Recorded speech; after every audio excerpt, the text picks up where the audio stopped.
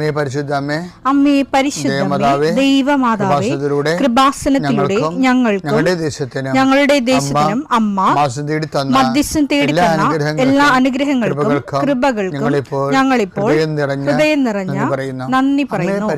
അമ്മേ പരിശുദ്ധമ്മേ ദൈവമാതാവേ, 2004 ഡിസംബർ 7 ഉച്ചകഴിഞ്ഞ് 2:30 കൃപാസനത്തിൽ സംഭവിച്ച അമ്മയുടെ പ്രത്യക്ഷപ്പെടലിനെക്കുറിച്ച് തിരുസഭയ്ക്ക് സമർപ്പിച്ചിരിക്കുന്ന പഠനരേഖകളുടെ മേൽ സഭാത്മകമായ പഠനം ആരംഭിക്കുവാൻ ഞങ്ങൾ പ്രാർത്ഥിക്കുന്നു.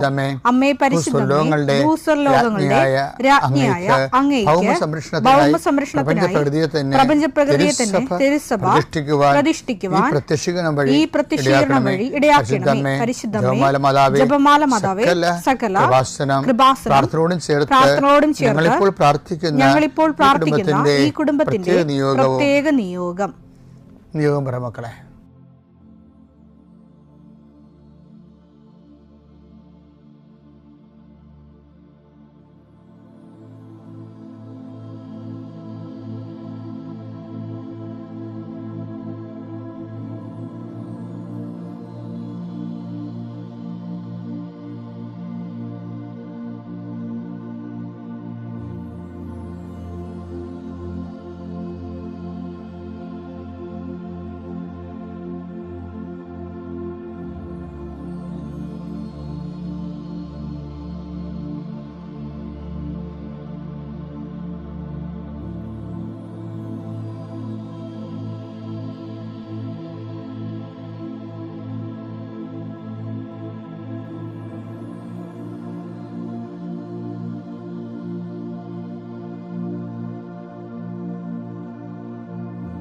അമ്മയുടെ പ്രത്യക്ഷീകരണത്തിന്റെ ഈ അനുഗ്രഹവേളയിൽ ഞങ്ങൾക്ക് സാധിച്ചു തരുവാൻ കനിയണമേ. ആമേൻ. വിശ്വാസ പ്രമാണം.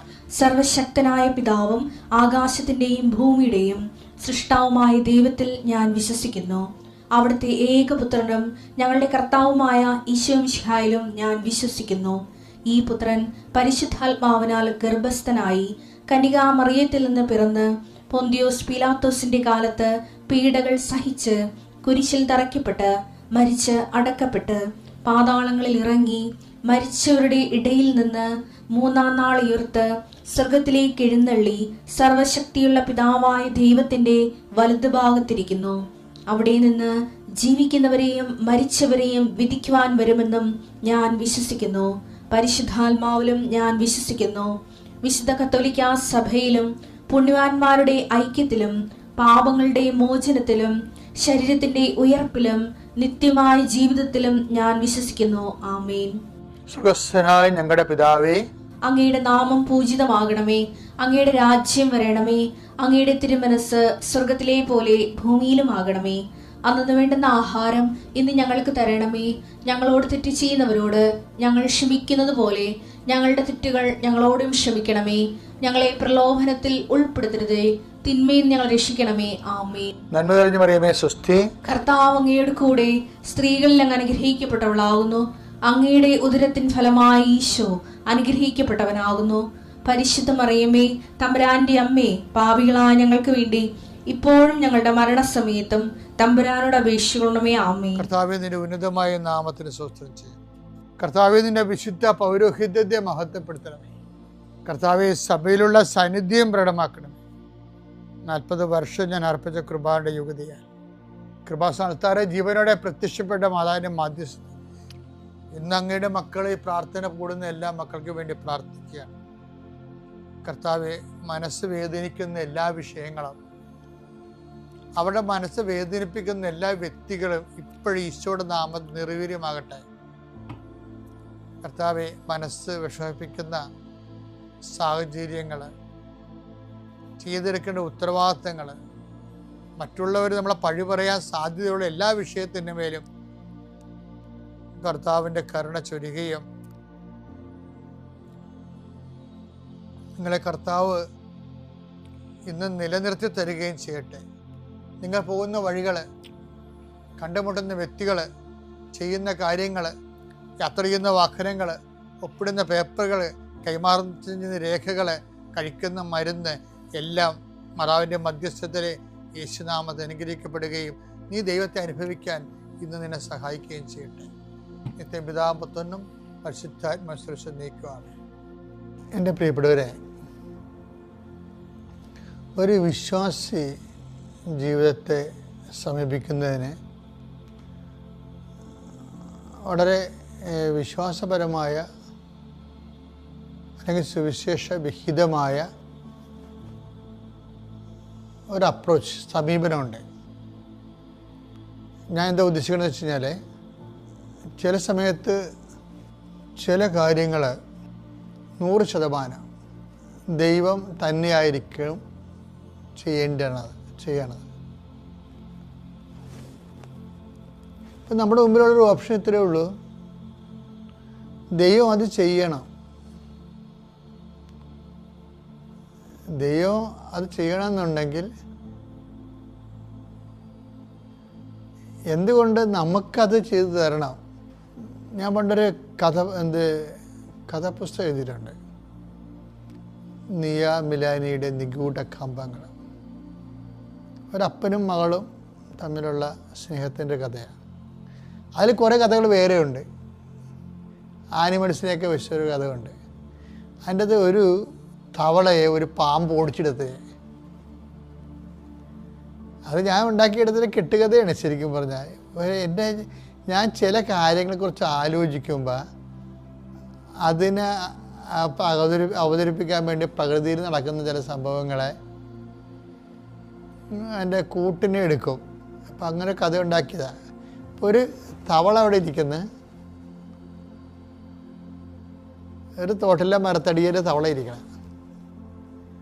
അപ്പോഴൊരു പാമ്പ് രാവിലെ വരികയും പാമ്പ് തവളയെ പിടിക്കാൻ പോകുമ്പോൾ ദൈവം തവളയോട് പറയും, എന്താണ് പറയണത്?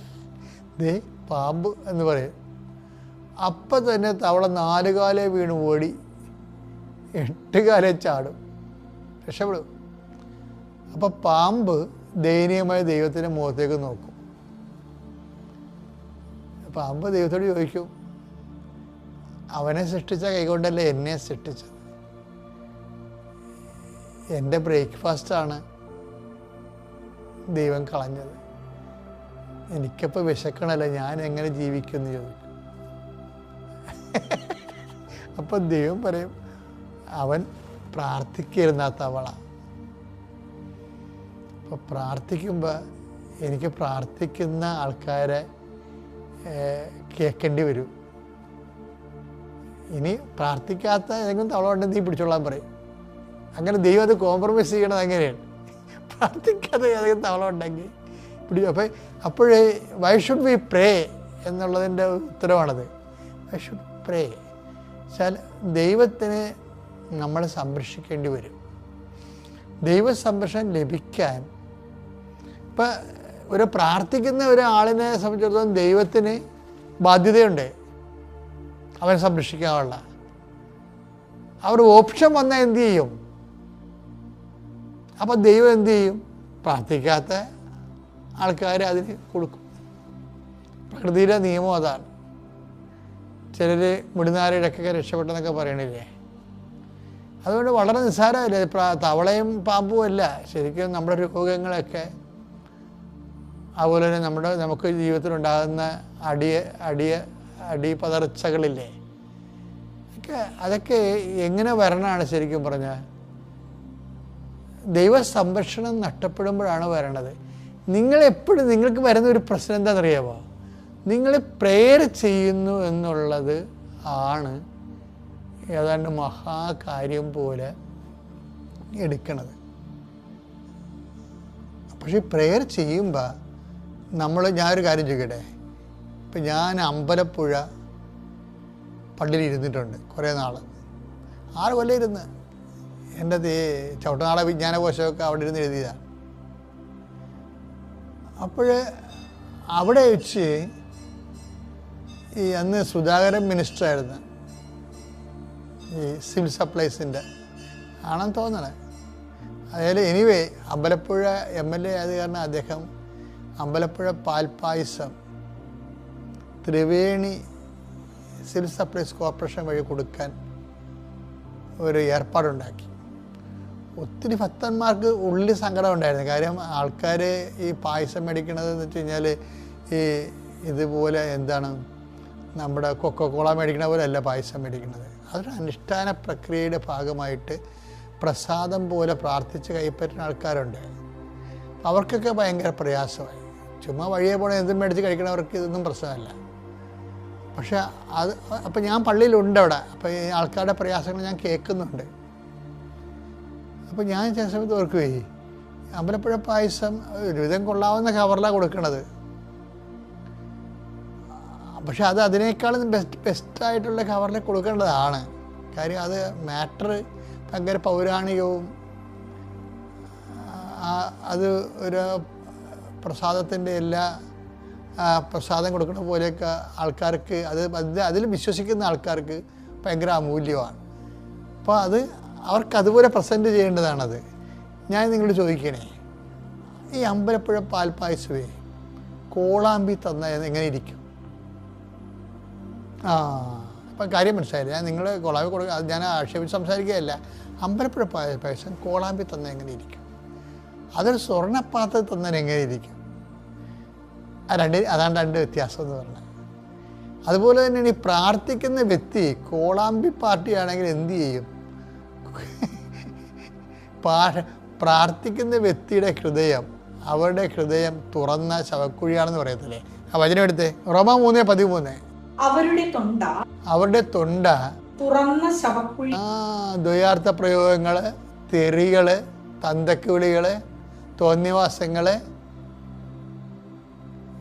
തങ്ങളെ പിടിച്ചിടം ജയിക്കാൻ വേണ്ടിയുള്ള എല്ലാ മലിന വാക്കുകളൊക്കെ ഉപയോഗിക്കുമ്പോൾ എന്താ ബൈബിൾ പറഞ്ഞത്? എന്താണ്? അവരുടെ തൊണ്ട തുറന്ന ശവക്കുഴിയാണെന്ന്. ഇപ്പം കയ്യിൽ ചതിപ്രയോഗമുണ്ട്, അതുപോലെ തന്നെ മലിനമസമായ ദ്വയാർത്ഥ പ്രയോഗങ്ങളുണ്ട്, അതുപോലെ തന്നെ തെറി പോലുള്ള തോന്നിവാസങ്ങൾ പറയുന്നവരാണെങ്കിൽ നിങ്ങൾ കോളാമ്പിയാണ് ശരിക്കും. അവിടെ ആ കോളാമ്പി കൊണ്ടുവന്ന് ദൈവത്തിന് പ്രാർത്ഥന കൊടുക്കുമ്പോൾ അമ്പലപ്പുഴ പാൽപ്പായസം കോളാമ്പി കൊടുക്കുന്ന പോലെ ഇരിക്കും. പാൽപ്പായസം എന്ന് പറഞ്ഞാലും ദൈവം അത് റിജക്റ്റ് ചെയ്യും. അപ്പോൾ നമ്മളെപ്പോഴും കേൾക്കണ പ്രാർത്ഥിക്കുന്നതെന്ന് പറയുമ്പോൾ ഭയങ്കര റിസ്ക് പിടിച്ച പരിപാടിയാണ്. ഇപ്പം ഞാനൊക്കെ ചില സമയത്ത് ഭക്ഷണം കഴിക്കാൻ വരുമ്പോഴേ ഞാൻ പ്ലേറ്റ് മണത്ത് നോക്കും. കാരണം ധൃതിക്ക് കഴുകണമല്ലേ. ചില സമയത്ത്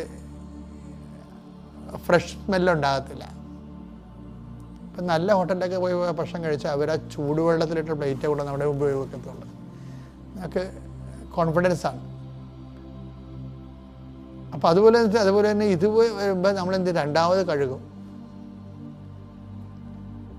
അതിൻ്റെ അത് കണ്ടാമിനേഷൻ ഉണ്ടാകാതിരിക്കാനും ബാക്ടീരിയ ഒന്നും ഉണ്ടാകാതിരിക്കാൻ വേണ്ടിയാണ് അങ്ങനെ കഴുകണം. അല്ലാതെ ഇതുപോലെയാണ് നമ്മുടെ പ്രാർത്ഥനയിലും ബാക്ടീരിയ ഉണ്ടാകരുത്. പ്രാർത്ഥനയിൽ ബാക്ടീരിയ, പക്ഷേ ഈ ആൾക്കാരുടെ ഒരു കുഴപ്പം വെച്ചാൽ പകുതി മുക്കാൽ ആൾക്കാരുടെയും പ്രാർത്ഥനയിൽ ബാക്ടീരിയ ഉണ്ട്. അത് ബൈബിൾ പറയണത് തുറന്ന ശവക്കുഴി എന്ന് പറയുമ്പോൾ പിന്നെ എൻ്റെ അപ്പുറത്ത് വല്ലതും പറയാനുണ്ട്. അപ്പോൾ വളരെ അത്രയും ശ്രദ്ധിക്കുന്നുണ്ടെന്ന് മനസ്സിലായില്ലേ വചനം? അതുകൊണ്ട് നമ്മൾ ശ്രദ്ധിക്കണം. നമ്മളുടെ പ്രാർത്ഥനകൾ നല്ല പൊന്നിൻ്റെ താലത്തിൽ വെച്ച് ദൈവത്തിന് കൊടുക്കാൻ കഴിയണം. എന്നാൽ പിന്നെ പ്രാർത്ഥനയ്ക്ക് ഗ്യാരണ്ടിയായി. അതുകൊണ്ട് തന്നെ കാര്യങ്ങൾ നിവർത്തിക്കും. എന്നോട് പ്രത്യക്ഷപ്പെട്ട അമ്മയുടെ ഈ ആലയത്തിൽ അമ്മയുടെ പ്രത്യക്ഷീകരണത്തിൻ്റെ സാക്ഷ്യം പറയാൻ എനിക്ക് സാധിച്ചെന്നെ അമ്മയ്ക്ക് 1000 നന്ദി പറയുന്നു. ഞാൻ വരുന്നത്, എൻ്റെ പേര് ജൂലി റെജി, ഇത് എൻ്റെ മോള് റിഗ. ഞങ്ങൾ വരുന്നത് മഞ്ഞുമൽ നിന്നാണ്. എൻ്റെ ഇടവക ഏലൂർ സെൻറ് ആൻസ് ആണ്. ഞാൻ ഇവിടെ ഉടമ്പടി എടുത്തത് 2023 ഡിസംബർ 24 ആയിരുന്നു. ഞാൻ കൃപാസനത്തെപ്പറ്റി അറിഞ്ഞത് കൃപാസന പത്രം കിട്ടുകയും അത് വായിക്കുകയും ചെയ്യുമായിരുന്നു. എന്നാൽ ഞാൻ ഉടമ്പടി എടുക്കാൻ അത്രയ്ക്ക് അങ്ങോട്ട് ഒന്നും തീരുമാനിച്ചായിരുന്നില്ല. പക്ഷെ അതിലെ ഓരോ സാക്ഷ്യങ്ങൾ വായിക്കുമ്പോഴും ഉടമ്പടി എടുക്കണമെന്ന ഒരു തീരുമാനം വരികയും എൻ്റെ മകൾക്ക് വിദേശത്ത് പോയി പഠിക്കാൻ വളരെ ആഗ്രഹമായിരുന്നു. അവൾക്ക് വിദേശത്ത് പോയി പഠിക്കാൻ അത്രയ്ക്കുള്ള സാമ്പത്തികം നമ്മൾക്കില്ലെന്നുള്ള ഒരു ധാരണയിൽ ഞാൻ ആ വിഷയം വിട്ടിരുന്നു. മോൾക്ക് പിന്നെ BCom ചേർന്ന് BCom കഴിഞ്ഞപ്പോഴേക്കും മോൾക്ക് അത് തന്നെയാണ് ആഗ്രഹം. ഞാൻ ഇവിടെ വന്ന് ഉടമ്പടി എടുത്ത് ഫസ്റ്റ് നിയോഗം അതാണ് വെച്ചത്. അമ്മയുടെ അനുഗ്രഹത്താൽ എൻ്റെ മോൾക്ക് സെപ്റ്റംബർ 12 2024 മോൾക്ക് UK പോകാൻ സാധിക്കുകയും അവിടെ MS ഇൻ്റർനാഷണൽ ബിസിനസ് എന്ന കോഴ്സ് പൂർത്തിയാക്കാനും സാധിച്ചു. ഇനി മോൾ സാക്ഷ്യം പറഞ്ഞ് അവളുടെ അനുഭവങ്ങൾ പറയും. ആദ്യമായി തന്നെ എന്നെയും എൻ്റെ കുടുംബത്തെയും പ്രത്യക്ഷത്തിന് സാക്ഷിയാക്കിയ അമ്മ മാതാവിനും ഈശോയ്ക്കും 1000 നന്ദി പറയുന്നു. എൻ്റെ പേര് റിഗ. എനിക്ക് ഫസ്റ്റ് ഭയങ്കര ആഗ്രഹമായിരുന്നു UK പോയി പഠിക്കണം എന്നൊക്കെ ഉള്ളത്. അപ്പോൾ ചെറിയൊരു ബുദ്ധിമുട്ടുണ്ടെങ്കിൽ അപ്പോൾ ഞാൻ വിചാരിച്ചു ഓക്കെ ഇപ്പോൾ പോവണ്ട, ഇപ്പോഴായിരിക്കില്ല ചിലപ്പോൾ എൻ്റെ ടൈം, വെയിറ്റ് ചെയ്യാം എന്നൊക്കെയുള്ള രീതിയിൽ ഞാൻ നിന്നു. അതെല്ലാം കഴിഞ്ഞപ്പോൾ അമ്മയാണ് ആദ്യം ഉടമ്പടി എടുത്തത്. പക്ഷെ അമ്മയോടൊപ്പം ഇരുന്ന് ഞാൻ എപ്പോഴും പ്രാർത്ഥിക്കുമായിരുന്നു. എന്തുണ്ടെങ്കിലും ഞാൻ അമ്മയോടൊപ്പം പോയി ഇരിക്കും. അമ്മ പ്രാർത്ഥിക്കണ കാണുമ്പോൾ തന്നെ ഞാൻ അമ്മയുടെ അടുത്ത് പോയി മുട്ടൂത്തിരിക്കുമായിരുന്നു. അതെല്ലാം കഴിഞ്ഞ് പെട്ടെന്ന് എനിക്കൊരു ഏജൻസി ആയിട്ടൊരു കോണ്ടാക്റ്റ് കിട്ടുകയും അവർ പറഞ്ഞു ഓക്കെ UK നമുക്ക് നോക്കാം എന്ന് പറഞ്ഞ് വെച്ചു. ആപ്ലിക്കേഷൻസൊക്കെ വെച്ചു. ഒരു തടസ്സവും കൂടാണ്ട് IELTS പോലും വേണ്ടാണ്ട് എനിക്ക് അവിടുത്തെ ഒരു യൂണിവേഴ്സിറ്റിയിൽ അഡ്മിഷനായി. അപ്പോൾ MS ഇൻ്റർനാഷണൽ ബിസിനസ്സിനാണ് ഞാൻ പഠിച്ചത്. കോഴ്സും എക്സാംസും എല്ലാം അടിപൊളിയായിട്ട് ഒരു പ്രശ്നമില്ലാണ്ട് ഒരു തടസ്സവും കൂടാണ്ട് നന്നായിട്ട് കംപ്ലീറ്റ് ചെയ്യാൻ പറ്റി. UK ചെന്നപ്പോൾ തന്നെ എനിക്ക് 1 മാസത്തിനുള്ളിൽ തന്നെ എനിക്ക് വർക്ക് റെഡിയായി. നമുക്കറിയാം ഈസി അല്ല ഇങ്ങനെയുള്ളൊരു വർക്ക് പെട്ടെന്ന് കിട്ടുക എന്നുള്ളത്. പക്ഷെ അവിടെ ചെന്ന് 1 മാസത്തിൽ തന്നെ 1 മാസം വേണ്ടി വന്നില്ല എന്ന് തോന്നുന്നു. അപ്പോൾ തന്നെ എനിക്കൊരു പാർട്ട് ടൈം വർക്ക് റെഡിയായി. പാർട്ട് ടൈം വർക്കിൽ കയറി ഒരു ഇക്ക വഴിയായിട്ടാണ്. ശരിക്കും മാതാവ് തന്നെ വേണം എന്നില്ല, മാതാവ് തന്നെ ഓരോ ആളുകൾ വഴിയായിരിക്കും നമുക്ക് ഓരോ വഴി തെളിയുന്നത്. ഇക്ക പറഞ്ഞു ഇവിടെ ഒരു വേക്കൻസി ഉണ്ട്, പോയി നോക്കി ഇൻ്റർവ്യൂ ചെയ്ത് നോക്കുമെന്നൊക്കെ പറഞ്ഞു. ഞാൻ പോയി ഇൻ്റർവ്യൂവിന് പോകുമ്പോഴും എൻ്റെ പോക്കറ്റിൽ എവിടെ പോയാലും കാശ് രൂപം ഉണ്ടാവും, ഉടമ്പടി ഉപ്പും ഉണ്ടാവും. അപ്പോൾ ഇൻ്റർവ്യൂവിന് കയറുന്നതിന് മുമ്പ് ഞാനത് ആ കയറുന്നതിന് കോറിഡോറിൽ തന്നെ ഇട്ട് പ്രാർത്ഥിച്ച് കയറി. ഇൻ്റർവ്യൂ ഒക്കെ കഴിഞ്ഞു. അപ്പോൾ അതൊരു മാഡം ആയിരുന്നു. അപ്പോൾ പുള്ളിക്കാരിക്ക് ഇഷ്ടപ്പെട്ടു. ഞാനും എൻ്റെ ഫ്രണ്ടും ഉണ്ടായിരുന്നു. ഞങ്ങൾ 2 ഇൻ്റർവ്യൂ കൊടുത്തു. ഞങ്ങൾ അപ്പം തന്നെ അപ്പോയിൻറ്റ് ചെയ്തിട്ട് പറഞ്ഞു October 1 മുതൽ തന്നെ വർക്കിന് കയറിക്കോ എന്ന് പറഞ്ഞു. ഞങ്ങൾക്ക് വർക്ക് കിട്ടി. വർക്ക് കിട്ടിക്കഴിഞ്ഞ് ആ സമയത്തൊന്നും നമുക്ക് ടെൻഷനില്ല. അത് കഴിഞ്ഞപ്പോൾ ഞങ്ങളുടെ സ്റ്റുഡൻറ്റ് വിസ തീരാറായപ്പോൾ നമുക്ക് ടെൻഷനാണ്, ഇനിയൊരു വിസ വേണം നിൽക്കാൻ. എങ്കിൽ കൂടി എനിക്ക് പേടിയില്ലായിരുന്നു. ഞാൻ പോയി ചോദിച്ചിട്ടുമില്ല എനിക്ക് വിസ വേണം എന്നുള്ളത്. ഞാൻ അവിടെ ആരോടും പോയി ചോദിച്ചിട്ടുമില്ല. അപ്പോൾ ഞാൻ പ്രാർത്ഥിക്കുമായിരുന്നു. എപ്പോഴും ഞാൻ പ്രാർത്ഥിക്കും എനിക്ക് ഓക്കെ മാതാവ് എൻ്റെ കൂടെ ഉണ്ട്, എനിക്കൊരു വഴി തെളിയിച്ച് തരും എന്നൊക്കെ പറഞ്ഞ് എനിക്ക് നല്ല ഉറപ്പായിരുന്നു. അപ്പോൾ ഞാൻ ഒരു ടൈമിൽ ഇങ്ങനെ കോറിഡോറിൽ കൂടി നടന്നപ്പോൾ എൻ്റെ മാനേജർ എന്നെ കണ്ടപ്പോൾ എൻ്റെ അടുത്ത് പറഞ്ഞു ഒന്ന് ഓഫീസിൽ വരാമോ, എനിക്ക് ഒരു കാര്യം ചോദിക്കാനുണ്ടെന്ന് പറഞ്ഞു. അപ്പോൾ ഞാൻ ഓഫീസിൽ ചെന്ന് കഴിഞ്ഞപ്പോൾ പുള്ളിക്കാരി എന്നോട് പറഞ്ഞു എനിക്ക് നിന്നെ തിരിച്ച് ഇന്ത്യയിലോട്ട് വിടാൻ എനിക്ക് താല്പര്യമില്ല, എനിക്ക് നിന്നെ ഇവിടെ വർക്ക് ചെയ്യാൻ വേണ്ടി വേണം, അതിന് ഞാൻ എന്താ ചെയ്യേണ്ടതെന്ന് എന്നോട് ചോദിച്ചു. ശരിക്കും ഞാൻ ഇപ്പോഴും വിശ്വസിക്കുന്നു മാതാവാണ് അത് ആ പുള്ളിക്കാരനെ കൊണ്ട് അത് ചോദിപ്പിച്ചത്. എന്നിട്ട് എൻ്റെ അടുത്ത് പുള്ളിക്കാരി പ്രൊസീജിയേഴ്സ് എല്ലാം ചോദിച്ചറിഞ്ഞു. എൻ്റെ അടുത്ത് നിന്ന് വേണ്ട ഡോക്യുമെൻറ്റ്സ് മാത്രം ഞാൻ കൊടുത്തത് എനിക്ക് ഓർമ്മയുള്ളൂ. ബാക്കിയെല്ലാം എൻ്റെ വിസ പ്രോസസ്സിങ് മൊത്തം പുള്ളിക്കാരി എന്നെ ചെയ്ത് തന്നത്. അങ്ങനെ ചെയ്തു. October 6 ഒരു 2:30 ടൈം ആയപ്പോൾ എനിക്ക് എൻ്റെ വിസ അപ്രൂവ് ആയെന്ന് പറഞ്ഞ് എനിക്കൊരു മെയിൽ വന്നു. എനിക്കിപ്പോൾ അവിടെ 5 വർഷം എനിക്കവിടെ വർക്ക് ചെയ്യാം. ഇതുപോലെ തന്നെയാണ് എൻ്റെ ഫ്രണ്ടിനും. ഞങ്ങൾക്ക് 2 പേർക്ക് ഇപ്പോൾ അവിടെ വിസ കിട്ടിക്കഴിഞ്ഞപ്പോൾ ഞാൻ ഉടമ്പടിയിലല്ലായിരുന്നു. ഞാൻ ലൈറ്റ് ദ ക്യാൻഡിൽ മാത്രമേ ഞാൻ ഇട്ടിട്ടുള്ളൂ. പിന്നെ ഓൺലൈനിൽ ഉടമ്പടി എടുത്തിട്ടുണ്ട്. ഇവിടെ വന്നു വെക്കേഷൻ ലീവിന് എഴുതി കൊടുത്തു. ഇവിടെ വന്നു ഫസ്റ്റ് തന്നെ ഇവിടെ വന്നു ഞാൻ ഉടമ്പടി എടുത്തു. അപ്പോൾ ആദ്യ ദിവസം എനിക്ക് സാക്ഷ്യം പറയാൻ പറ്റിയില്ല. പിന്നെ അമ്മ പറഞ്ഞു നമുക്ക് പോവാം, എന്തായാലും ഒരു ദിവസം പോവാമെന്ന് പറഞ്ഞു. അമ്മ ഇപ്പോൾ വീണ്ടും കൂട്ടിക്കൊണ്ട് വന്നു. എനിക്കിവിടെ സാക്ഷ്യം പറയാൻ പറ്റി. ഞാനിപ്പോൾ ഉറച്ച് വിശ്വസിക്കുന്നു മാതാവ് ഈശോയും എപ്പോഴും എൻ്റെ കൂടെ ഉണ്ടായിരുന്നു. അല്ലാണ്ട് ഒരിക്കലും ഇതെൻ്റെ കഴിവ് കൊണ്ടല്ല എനിക്കിത് കിട്ടിയത്, ഒരിക്കലും അല്ല. ഇപ്പോൾ not by merit but by grace. ഞാനിപ്പോൾ ഉറച്ച് വിശ്വസിക്കുന്നു മാതാവാണ് അത് തന്നേന്നുള്ളത്. 1000 നന്ദി മാതാവിനും തിരുക്കുമാരനും. ഇപ്പോൾ പാർട്ട് ടൈം മാറി ഞാനിപ്പോൾ ഫുൾ ടൈം ജോബാണ് ചെയ്യുന്നത് വിസയോട് കൂടി. ഒരിക്കൽ കൂടി അമ്മയ്ക്കും ഈശോയ്ക്കും 1000 നന്ദി. പിന്നെ കാരുണ്യ പ്രവൃത്തികളായിട്ട് ഞാൻ ചെയ്യുന്നത് അനാഥാലയങ്ങളിൽ ഫുഡ് കൊടുക്കും, ക്യാഷായിട്ടും കൊടുക്കും. പിന്നെ ഞാൻ പോണ ഓഫീസിൻ്റെ അടുത്ത് ഒരു അംഗവൈകല്യമുള്ള ഒരു ആളുണ്ട്. അയാൾക്ക് ഡെയിലി ഞാൻ എന്താണ് ബ്രേക്ക്ഫാസ്റ്റ് അതിലൊരു വീതം അയാൾക്ക് കൊണ്ടുപോയി പിന്നെ ക്യാഷായിട്ടാണെങ്കിലും കൊടുക്കും. ഫുഡ് കൊണ്ടുപോകാത്ത ദിവസം ഞാൻ ക്യാഷായിട്ട് കൊടുക്കും. പിന്നെ ഞാനൊരു ഫാമിലി ഉണ്ട്. അതിൽ എന്നെക്കൊണ്ട് കഴിയുന്ന വിധത്തിൽ ഞാൻ അവർക്ക് സാധനങ്ങളായിട്ടും ഒക്കെ മേടിച്ചു കൊടുക്കും. വസ്ത്രങ്ങളായിട്ടും ഞാൻ എല്ലാവർക്കും തന്നെ കൊടുക്കും. പ്രേക്ഷിത പ്രവർത്തനം പത്രം മേടിച്ച് ഞാൻ എല്ലാ വീടുകളിലും കൊടുക്കും. പിന്നെ ഉടമ്പടി ഉപ്പും തൈലവും നീലത്തിരിയും ഇവിടുന്ന് മേടിച്ച് എല്ലാവരും തന്നെ ചോദിക്കും, അവർക്കെല്ലാവരും കൊടുക്കും. ഉടമ്പടി ഉപ്പ് വഴി ഒരു ചേട്ടൻ്റെ കാലിൻ്റെ ശരിക്കും പറഞ്ഞാൽ ആ ചേട്ടൻ്റെ കാല് മുറിച്ച് കളയണമെന്നാണ് പറഞ്ഞു വെച്ചാൽ. എൻ്റെ ചേച്ചിയുടെ വീടിൻ്റെ അടുത്താണ്, ഹിന്ദുവാണ്. ആ ചേട്ടൻ കെട്ടുപോലും അഴിക്കാൻ പറ്റൂല, അതേപോലെ കാല് പഴുത്തിരിക്കണേ. ആ ചേട്ടൻ ആ കെട്ടിൻ്റെ പുറത്ത് ആ ഉപ്പിട്ട് ഇപ്പോൾ ഉണങ്ങി ആ ചേട്ടൻ നടന്നു തുടങ്ങി. പിന്നെ ഒരു ഹൈന്ദവ കുടുംബമാണ് മോളുടെ കൂട്ടുകാരി. അവർക്ക് വീട് വേണമെന്നും പിള്ളേരൊന്നും ഉണ്ടായിരുന്നില്ല. അവർക്ക് ഇപ്പോൾ ഒരു മോനായി അവരിവിടെ വന്ന് ഉടമ്പടി എടുത്തായിരുന്നു. UK തന്നെ അവർക്കൊരു വീട് മേടിക്കാൻ സാധിച്ചു. ഇതെല്ലാം തന്ന അമ്മയ്ക്കും ഈശോയ്ക്കും 1000 നന്ദി. ആത്മീയ ജീവിതം, ഡെയിലി കുർബാനയ്ക്ക് പോകും, കുടുംബ പ്രാർത്ഥന മുടങ്ങാറില്ല, ബൈബിൾ വായിക്കും. പിന്നെ ഡെയിലി ബ്രെഡ് ഞാൻ കാണുകയും 5:25 ഞാൻ എല്ലാവർക്കും ഷെയർ ചെയ്യും. എന്നിട്ടാണ് ഞാൻ ഡെയിലി ബ്രെഡ് കൂടുന്നത്. കുർബാന ഡെയിലി പോകും, ബൈബിൾ ഡെയിലി വായിക്കും. അരമണിക്കൂർ, ചില ദിവസം അരമണിക്കൂർ കിട്ടിയില്ലെങ്കിലും മൊബൈലിലുണ്ട്. അപ്പം ഞാൻ ഓഫീസിൽ നിന്ന് മൊബൈലിൽ അത് വായിക്കും, ബൈബിൾ വായിക്കും. ഇതെല്ലാം തന്ന് അനുഗ്രഹിച്ച ഈശോയ്ക്കും അമ്മ മാതാവിനും 1000 നന്ദി. ഇതൊന്നും ഞങ്ങൾക്ക് യാതൊരുവിധ അർഹതയുമില്ലാത്തതാണ് മാതാവ് ഞങ്ങൾക്ക് തന്ന് അനുഗ്രഹിച്ചിരിക്കുന്നത്. മുൻപിലും പിൻപിലും അവിടുന്ന് എനിക്ക് കാവൽ നിൽക്കുന്നു, അവിടുത്തെ കരം എൻ്റെ മേലുണ്ട്. സങ്കീർത്തനം 139 5-ാം വചനമാണ്. ദൈവം നമ്മുടെ ജീവിതത്തിൽ എല്ലാ വശങ്ങളിലും ഉള്ളവനാണ്, മുൻപിലും പിൻപിലും നമ്മുടെ കാവലായിട്ട്. ഉടമ്പടി ദൈവത്തോടുള്ള ഒരു ആത്മീയ ബന്ധമാണ്. ഉടമ്പടി മക്കൾ ദൈവ സാന്നിധ്യത്തിലാണ് അവർ ജീവിക്കുന്നത്. ആ ദൈവ സാന്നിധ്യം ഉള്ളതുകൊണ്ടാണ് ഉടമ്പടി പാലിക്കുന്നവരെ ദൈവം ആത്മീയമായി സംരക്ഷിക്കുന്നതും.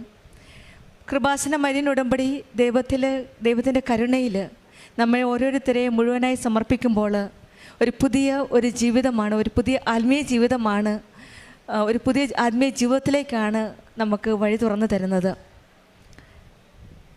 ആരുമില്ലാത്ത അവസ്ഥകളിൽ, എന്ത് ചെയ്യണമെന്ന് അറിയില്ലാത്ത ആ നിമിഷങ്ങളിൽ, ഭാവിയെക്കുറിച്ചുള്ള ഭയം, ആശങ്കകൾ, ജീവിതത്തിലെ നിയന്ത്രണം നഷ്ടപ്പെട്ടെന്ന് തോന്നുമ്പോൾ, എല്ലാം കൈവിട്ടു പോയി എന്ന് തോന്നുന്ന നിമിഷങ്ങളിലും ദൈവം നമ്മെ ഉടമ്പടിയിൽ പിടിച്ചു നിർത്തുകയാണ്. നമുക്ക് കാവൽ നിൽക്കുന്ന ഒരു ദൈവത്തിൻ്റെ സാന്നിധ്യമാണ് ഉടമ്പടി മക്കളുടെ ജീവിതത്തിൽ നാം കാണുന്നത്. ഓരോ സാക്ഷ്യങ്ങളിൽ നിന്നും നാം മനസ്സിലാക്കുന്നത് നാം ഒറ്റയ്ക്കല്ല, നമ്മുടെ കൂടെ ദൈവമുണ്ട്. നമ്മെ സംരക്ഷിക്കുന്ന ഒരമ്മയാണ് കൃപാസനം അമ്മ. ഈശോയിലേക്ക് നമ്മെ കരം പിടിച്ച് കൊണ്ടുപോകുന്ന ആ അമ്മയാണ്. ഉടമ്പടി വിശ്വാസത്തോടെ ജീവിക്കുമ്പോൾ പരിശുദ്ധ അമ്മയുടെ സാന്നിധ്യവും അമ്മയുടെ മധ്യസ്ഥതയിലൂടെ നമ്മുടെ ജീവിതം ദൈവത്തിൻ്റെ സംരക്ഷണയിലേക്കാണ് നമ്മെ കൊണ്ടുപോകുന്നത്. അങ്ങനെ ദൈവത്തിൻ്റെ സാന്നിധ്യവും സംരക്ഷണവും ദൈവത്തിൻ്റെ കൃപയും അനുഭവിച്ചറിഞ്ഞ ഒരു വലിയ സാക്ഷ്യമാണ് ജൂലി റെജിയും മകൾ റിഗായും നമ്മളോട് ഷെയർ ചെയ്തത്. ആദ്യമായി ഒരു കൃപാസന പത്രം ലഭിക്കുകയും ആ പത്രത്തിൽ കൂടെ കൃപാസനം അമ്മയെപ്പറ്റി അറിയുകയും ഇവിടെ വന്ന് ഉടമ്പടി എടുത്തതിൻ്റെ ഫലമായിട്ട് മകൾ ഓൺലൈൻ ഉടമ്പടിയും ലൈറ്റ് ക്യാൻഡ് പ്രെയർ റിക്വസ്റ്റ് ഇടുകയും UK പഠിക്കുവാനുള്ള ആഗ്രഹത്തോടു കൂടിയാണ് നിയോഗം സമർപ്പിച്ച് പ്രാർത്ഥിച്ചത്. അതിൻ്റെ ഫലമായിട്ട് UK പോകാനായിട്ട് സാമ്പത്തിക ബുദ്ധിമുട്ടുകളുണ്ടായിരുന്നു. സ്വപ്നം മാത്രമായിരുന്നു, കാരണം അവിടം വരെ എത്തുമെന്നുള്ളൊരു പ്രതീക്ഷയുമില്ല. എങ്കിലും അസാധ്യ കാര്യങ്ങൾ സാധ്യമാക്കി തരുന്ന ഒരു വലിയ പദ്ധതിയാണ് ഉടമ്പടി. അങ്ങനെ വിശ്വാസത്തോടെ ഉടമ്പടിയിൽ നിയോഗമായി സമർപ്പിച്ചതിൻ്റെ ഫലമായിട്ട് മകൾ റിഗായ്ക്ക് UK പോയി MSc ഇൻ്റർനാഷണൽ ബിസിനസ് എന്ന കോഴ്സ് കംപ്ലീറ്റ് ആവുകയും അവിടെ നിന്ന് തന്നെ കംപ്ലീറ്റ് ആയ പാടെ തന്നെ ആ മകൾക്ക് അവിടെ തന്നെ ഒരു ഇക്കായിൽ കൂടിയാണ് ഒരു പാർട്ട് ടൈം ജോബ് കിട്ടിയത്. അവിടെ ഇക്ക എന്ന വ്യക്തിയിൽ പരിശുദ്ധാമ്മയുടെ സാന്നിധ്യമാണ് ഈ മകൾ കാണുന്നത്. പഠിച്ചിറങ്ങുകയും പെട്ടെന്ന് ഒരു പാർട്ട് ടൈം ജോബ് കിട്ടുകയും സമയച്ചുരുക്കത്തിൻ്റെ അമ്മയാണ്. പഠിച്ച് ഇറങ്ങിയ ഉടനെ ഒരു പാർട്ട് ടൈം ജോബ് കിട്ടാൻ സാധ്യത ഒരുക്കി കൊടുത്തത് പരിശുദ്ധ അമ്മയുടെ ഒരു സാന്നിധ്യമാണ് ഐക്യയിൽ കൂടെ മനസ്സിലാക്കിയെന്നാണ് മകൾ സാക്ഷ്യപ്പെടുത്തുന്നത്. പിന്നീട് അവർ തന്നെയാണ് ആ ഇൻസ്റ്റിറ്റ്യൂഷനിലെ മാനേജർ തന്നെയാണ് ഈ മക്കളെ വിളിക്കുകയും പിന്നെ കാരണം എന്താ വെച്ചാൽ സ്റ്റുഡൻറ്റ് വിസയിൽ പോയി വിസയുടെ കാര്യം വിസ തീരാറായി. അപ്പം ആ സമയ ചുരുക്കത്തിൻ്റെ അവിടെയും മാനേജറിൻ്റെ രൂപത്തിൽ അമ്മ വീണ്ടും ഇവർക്ക് പ്രത്യക്ഷപ്പെട്ട് ഈ മക്കളെ വിളിക്കുകയാണ്. മക്കളെ, ഞാൻ നിങ്ങൾക്കായി എന്താണ് ചെയ്യേണ്ടതെന്ന് മാനേജറിൻ്റെ ഭാഗത്തു നിന്നും UK മാനേജറിൻ്റെ ഭാഗത്തു നിന്നും ഈ മക്കളോട് ഇങ്ങോട്ട് ചോദിക്കണമെങ്കിൽ അവിടെയും പരിശുദ്ധ അമ്മ തന്നെയുടെ ഒരു ഇടപെടലാണ് ഈ മക്കൾക്ക് സാന്നിധ്യപ്പെട്ടതെന്നാണ് മനസ്സിലാക്കുന്നത്. പിന്നീട് അവർ തന്നെയാണ് എല്ലാ ഡോക്യുമെൻ്റ് സബ്മിറ്റ് ചെയ്തപ്പോൾ എല്ലാ പേപ്പർ വർക്ക് പ്രൊസീഡിങ്സും വിസ എല്ലാം റെഡിയാക്കിയത് ആ ഇൻസ്റ്റിറ്റ്യൂഷനിലെ ആ മാനേജർ തന്നെയാണ്. ആ മാനേജറിന് ട്രാൻസ്ഫർ ആവുകയാണ്. പക്ഷേങ്കിൽ എല്ലാ കാര്യവും ഇവർക്ക് വേണ്ടി ചെയ്തിട്ടാണ് മാനേജർ ആ കാര്യവും ഇവരുടെ എല്ലാ കാര്യങ്ങളും ചെയ്തതിന് ശേഷമാണ് ആ മാനേജറിന് സ്ഥലം മാറ്റം കിട്ടിയത്. ഇവിടെയും അമ്മയുടെ സമയ ചുരുക്കത്തിൻ്റെ അമ്മ പാർട്ട് ടൈം ജോബിൽ നിന്ന് ഇവരെ ഫുൾ ടൈം ജോബിലേക്ക് അപ്പോയിൻമെൻറ്റ് കിട്ടുകയാണ്. ആ കിട്ടുന്നോടം വരെ ആ മാനേജറിനെ അവിടെ വെക്കുകയും ആ മാനേജർ ആ രൂപത്തിൽ വരെങ്കിൽ അത് അമ്മയുടെ കൃപാസനം അമ്മ സഞ്ചാരി മാതാവിൻ്റെ സാന്നിധ്യമാണെന്നാണ് ഈ മകൾ സാക്ഷ്യപ്പെടുത്തുന്നത്. ഇത് സാക്ഷ്യം പൂർത്തിയാക്കുന്നത് അമ്മ പറയുന്നതും ഇതുതന്നെയാണ്. അമ്മ ജൂലി പറയുന്നത് ഇതുതന്നെയാണ്. Not by merit but by grace. ദൈവത്തിൻ്റെ ഒരു വലിയ കൃപയാലാണ് ഇവർ തന്നെ, ഈ മോൾക്ക് തന്നെയല്ല, മോളുടെ കൂട്ടുകാരി റിഗായും റിഗയുടെ കൂട്ടുകാരിക്കും ഒരുമിച്ച് തന്നെയാണ് അവിടെ ആ ജോലി ഫുൾ ടൈം ജോബായിട്ട് മാതാവിൻ്റെ മാസം തന്നെ ഒക്ടോബർ 6-ാം തീയതിയാണ് ഇവർ ജോയിൻ ചെയ്തത്. അതും പരിശുദ്ധ അമ്മയുടെ ഒരു വലിയ ഇടപെടലാണെന്ന്, അമ്മയുടെ ഒരു വലിയ കൃപയാലാണ്, അമ്മയുടെ മധ്യസ്ഥതയിലൂടെയാണ് ഈ ജോലി കിട്ടിയതെന്നാണ് ഈ മകൾ സാക്ഷ്യപ്പെടുത്തുന്നത്. Not by merit but by grace.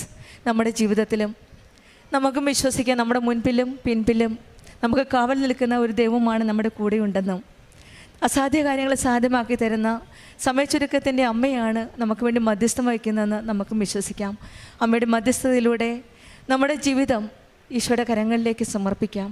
ഈശോയും അമ്മയും നമ്മുടെ ഉടമ്പടി ജീവിതത്തിൽ മുന്നോട്ട് നയിക്കുവാൻ കൂടുതൽ തീഷ്ണതയോടെ, കൂടുതൽ ആത്മാർത്ഥതയോടെ ഉടമ്പടി ജീവിതം മുന്നോട്ട് നയിക്കുവാൻ നമ്മളെ സഹായിക്കട്ടെ എന്ന് പ്രാർത്ഥിച്ചുകൊണ്ടും ജൂലി റെജിക്കും ഈ കുടുംബത്തിന് ലഭിച്ച ഈ വലിയ അനുഗ്രഹത്തിനോട് പ്രത്യക്ഷപ്പെട്ട ഈ തിരുവൾത്താരയിൽ പരിശുദ്ധ അമ്മയുടെ പ്രത്യക്ഷീകരണത്തിൻ്റെ സാക്ഷിയാക്കി എന്നെ ഉയർത്തിയതിന് തിരുക്കുമാരനും പരിശുദ്ധ അമ്മയ്ക്കും കോടാനുകോടി നന്ദി പറയുന്നു. എൻ്റെ പേര് ഷിജി സ്റ്റീഫൻ. ഞാൻ പുത്തഞ്ചിറ, തൃശ്ശൂർ ജില്ലയിൽ പുത്തഞ്ചിറ ഇടവകയിൽ നിന്ന് വരുന്നു. ഇതെൻ്റെ മകൻ എയ്ബൽ സ്റ്റീഫൻ. 2023 ഫെബ്രുവരി 10-ാം തീയതിയാണ് ഞാൻ ആദ്യമായി ഉടമ്പടി എടുക്കുന്നത്. ഉടമ്പടി എടുക്കുന്നതിന് മുമ്പ് പരിശുദ്ധ അമ്മേനെ ഞാൻ ഒരുപാട് സ്നേഹിച്ചിരുന്ന വ്യക്തിയാണ്. പക്ഷേ ഉടമ്പടി എടുക്കുന്ന കാര്യം നാട്ടിൽ പലയിടത്തും ഞാൻ പറഞ്ഞൊക്കെ കേട്ടിട്ടുണ്ട്, ഇവിടെ കൃപാസനത്തെക്കുറിച്ച്. പക്ഷെ അപ്പോഴൊക്കെ ഞാൻ ഉടമ്പടി എടുക്കാൻ മടിച്ചിരുന്നു. ഇവിടെ പറയുന്ന കണ്ടീഷൻസ് എനിക്ക് കൃത്യമായിട്ട് ചെയ്യാൻ കഴിയുമോ എന്നുള്ള സംശയമുള്ളതുകൊണ്ട് ഞാനത് എടുക്കാനായിട്ട് താല്പര്യപ്പെട്ടിരുന്നില്ല. എന്നാൽ 2023 എൻ്റെ മകൻ്റെ SSLC പരീക്ഷയുടെ സമയത്ത്, ആ സമയത്ത് കോവിഡൊക്കെ കഴിഞ്ഞ സമയം എല്ലാവരും കുട്ടികളൊക്കെ മൊബൈലിന് ഏകദേശം അഡിക്ഷനായിരിക്കുന്ന സമയമായിരുന്നു.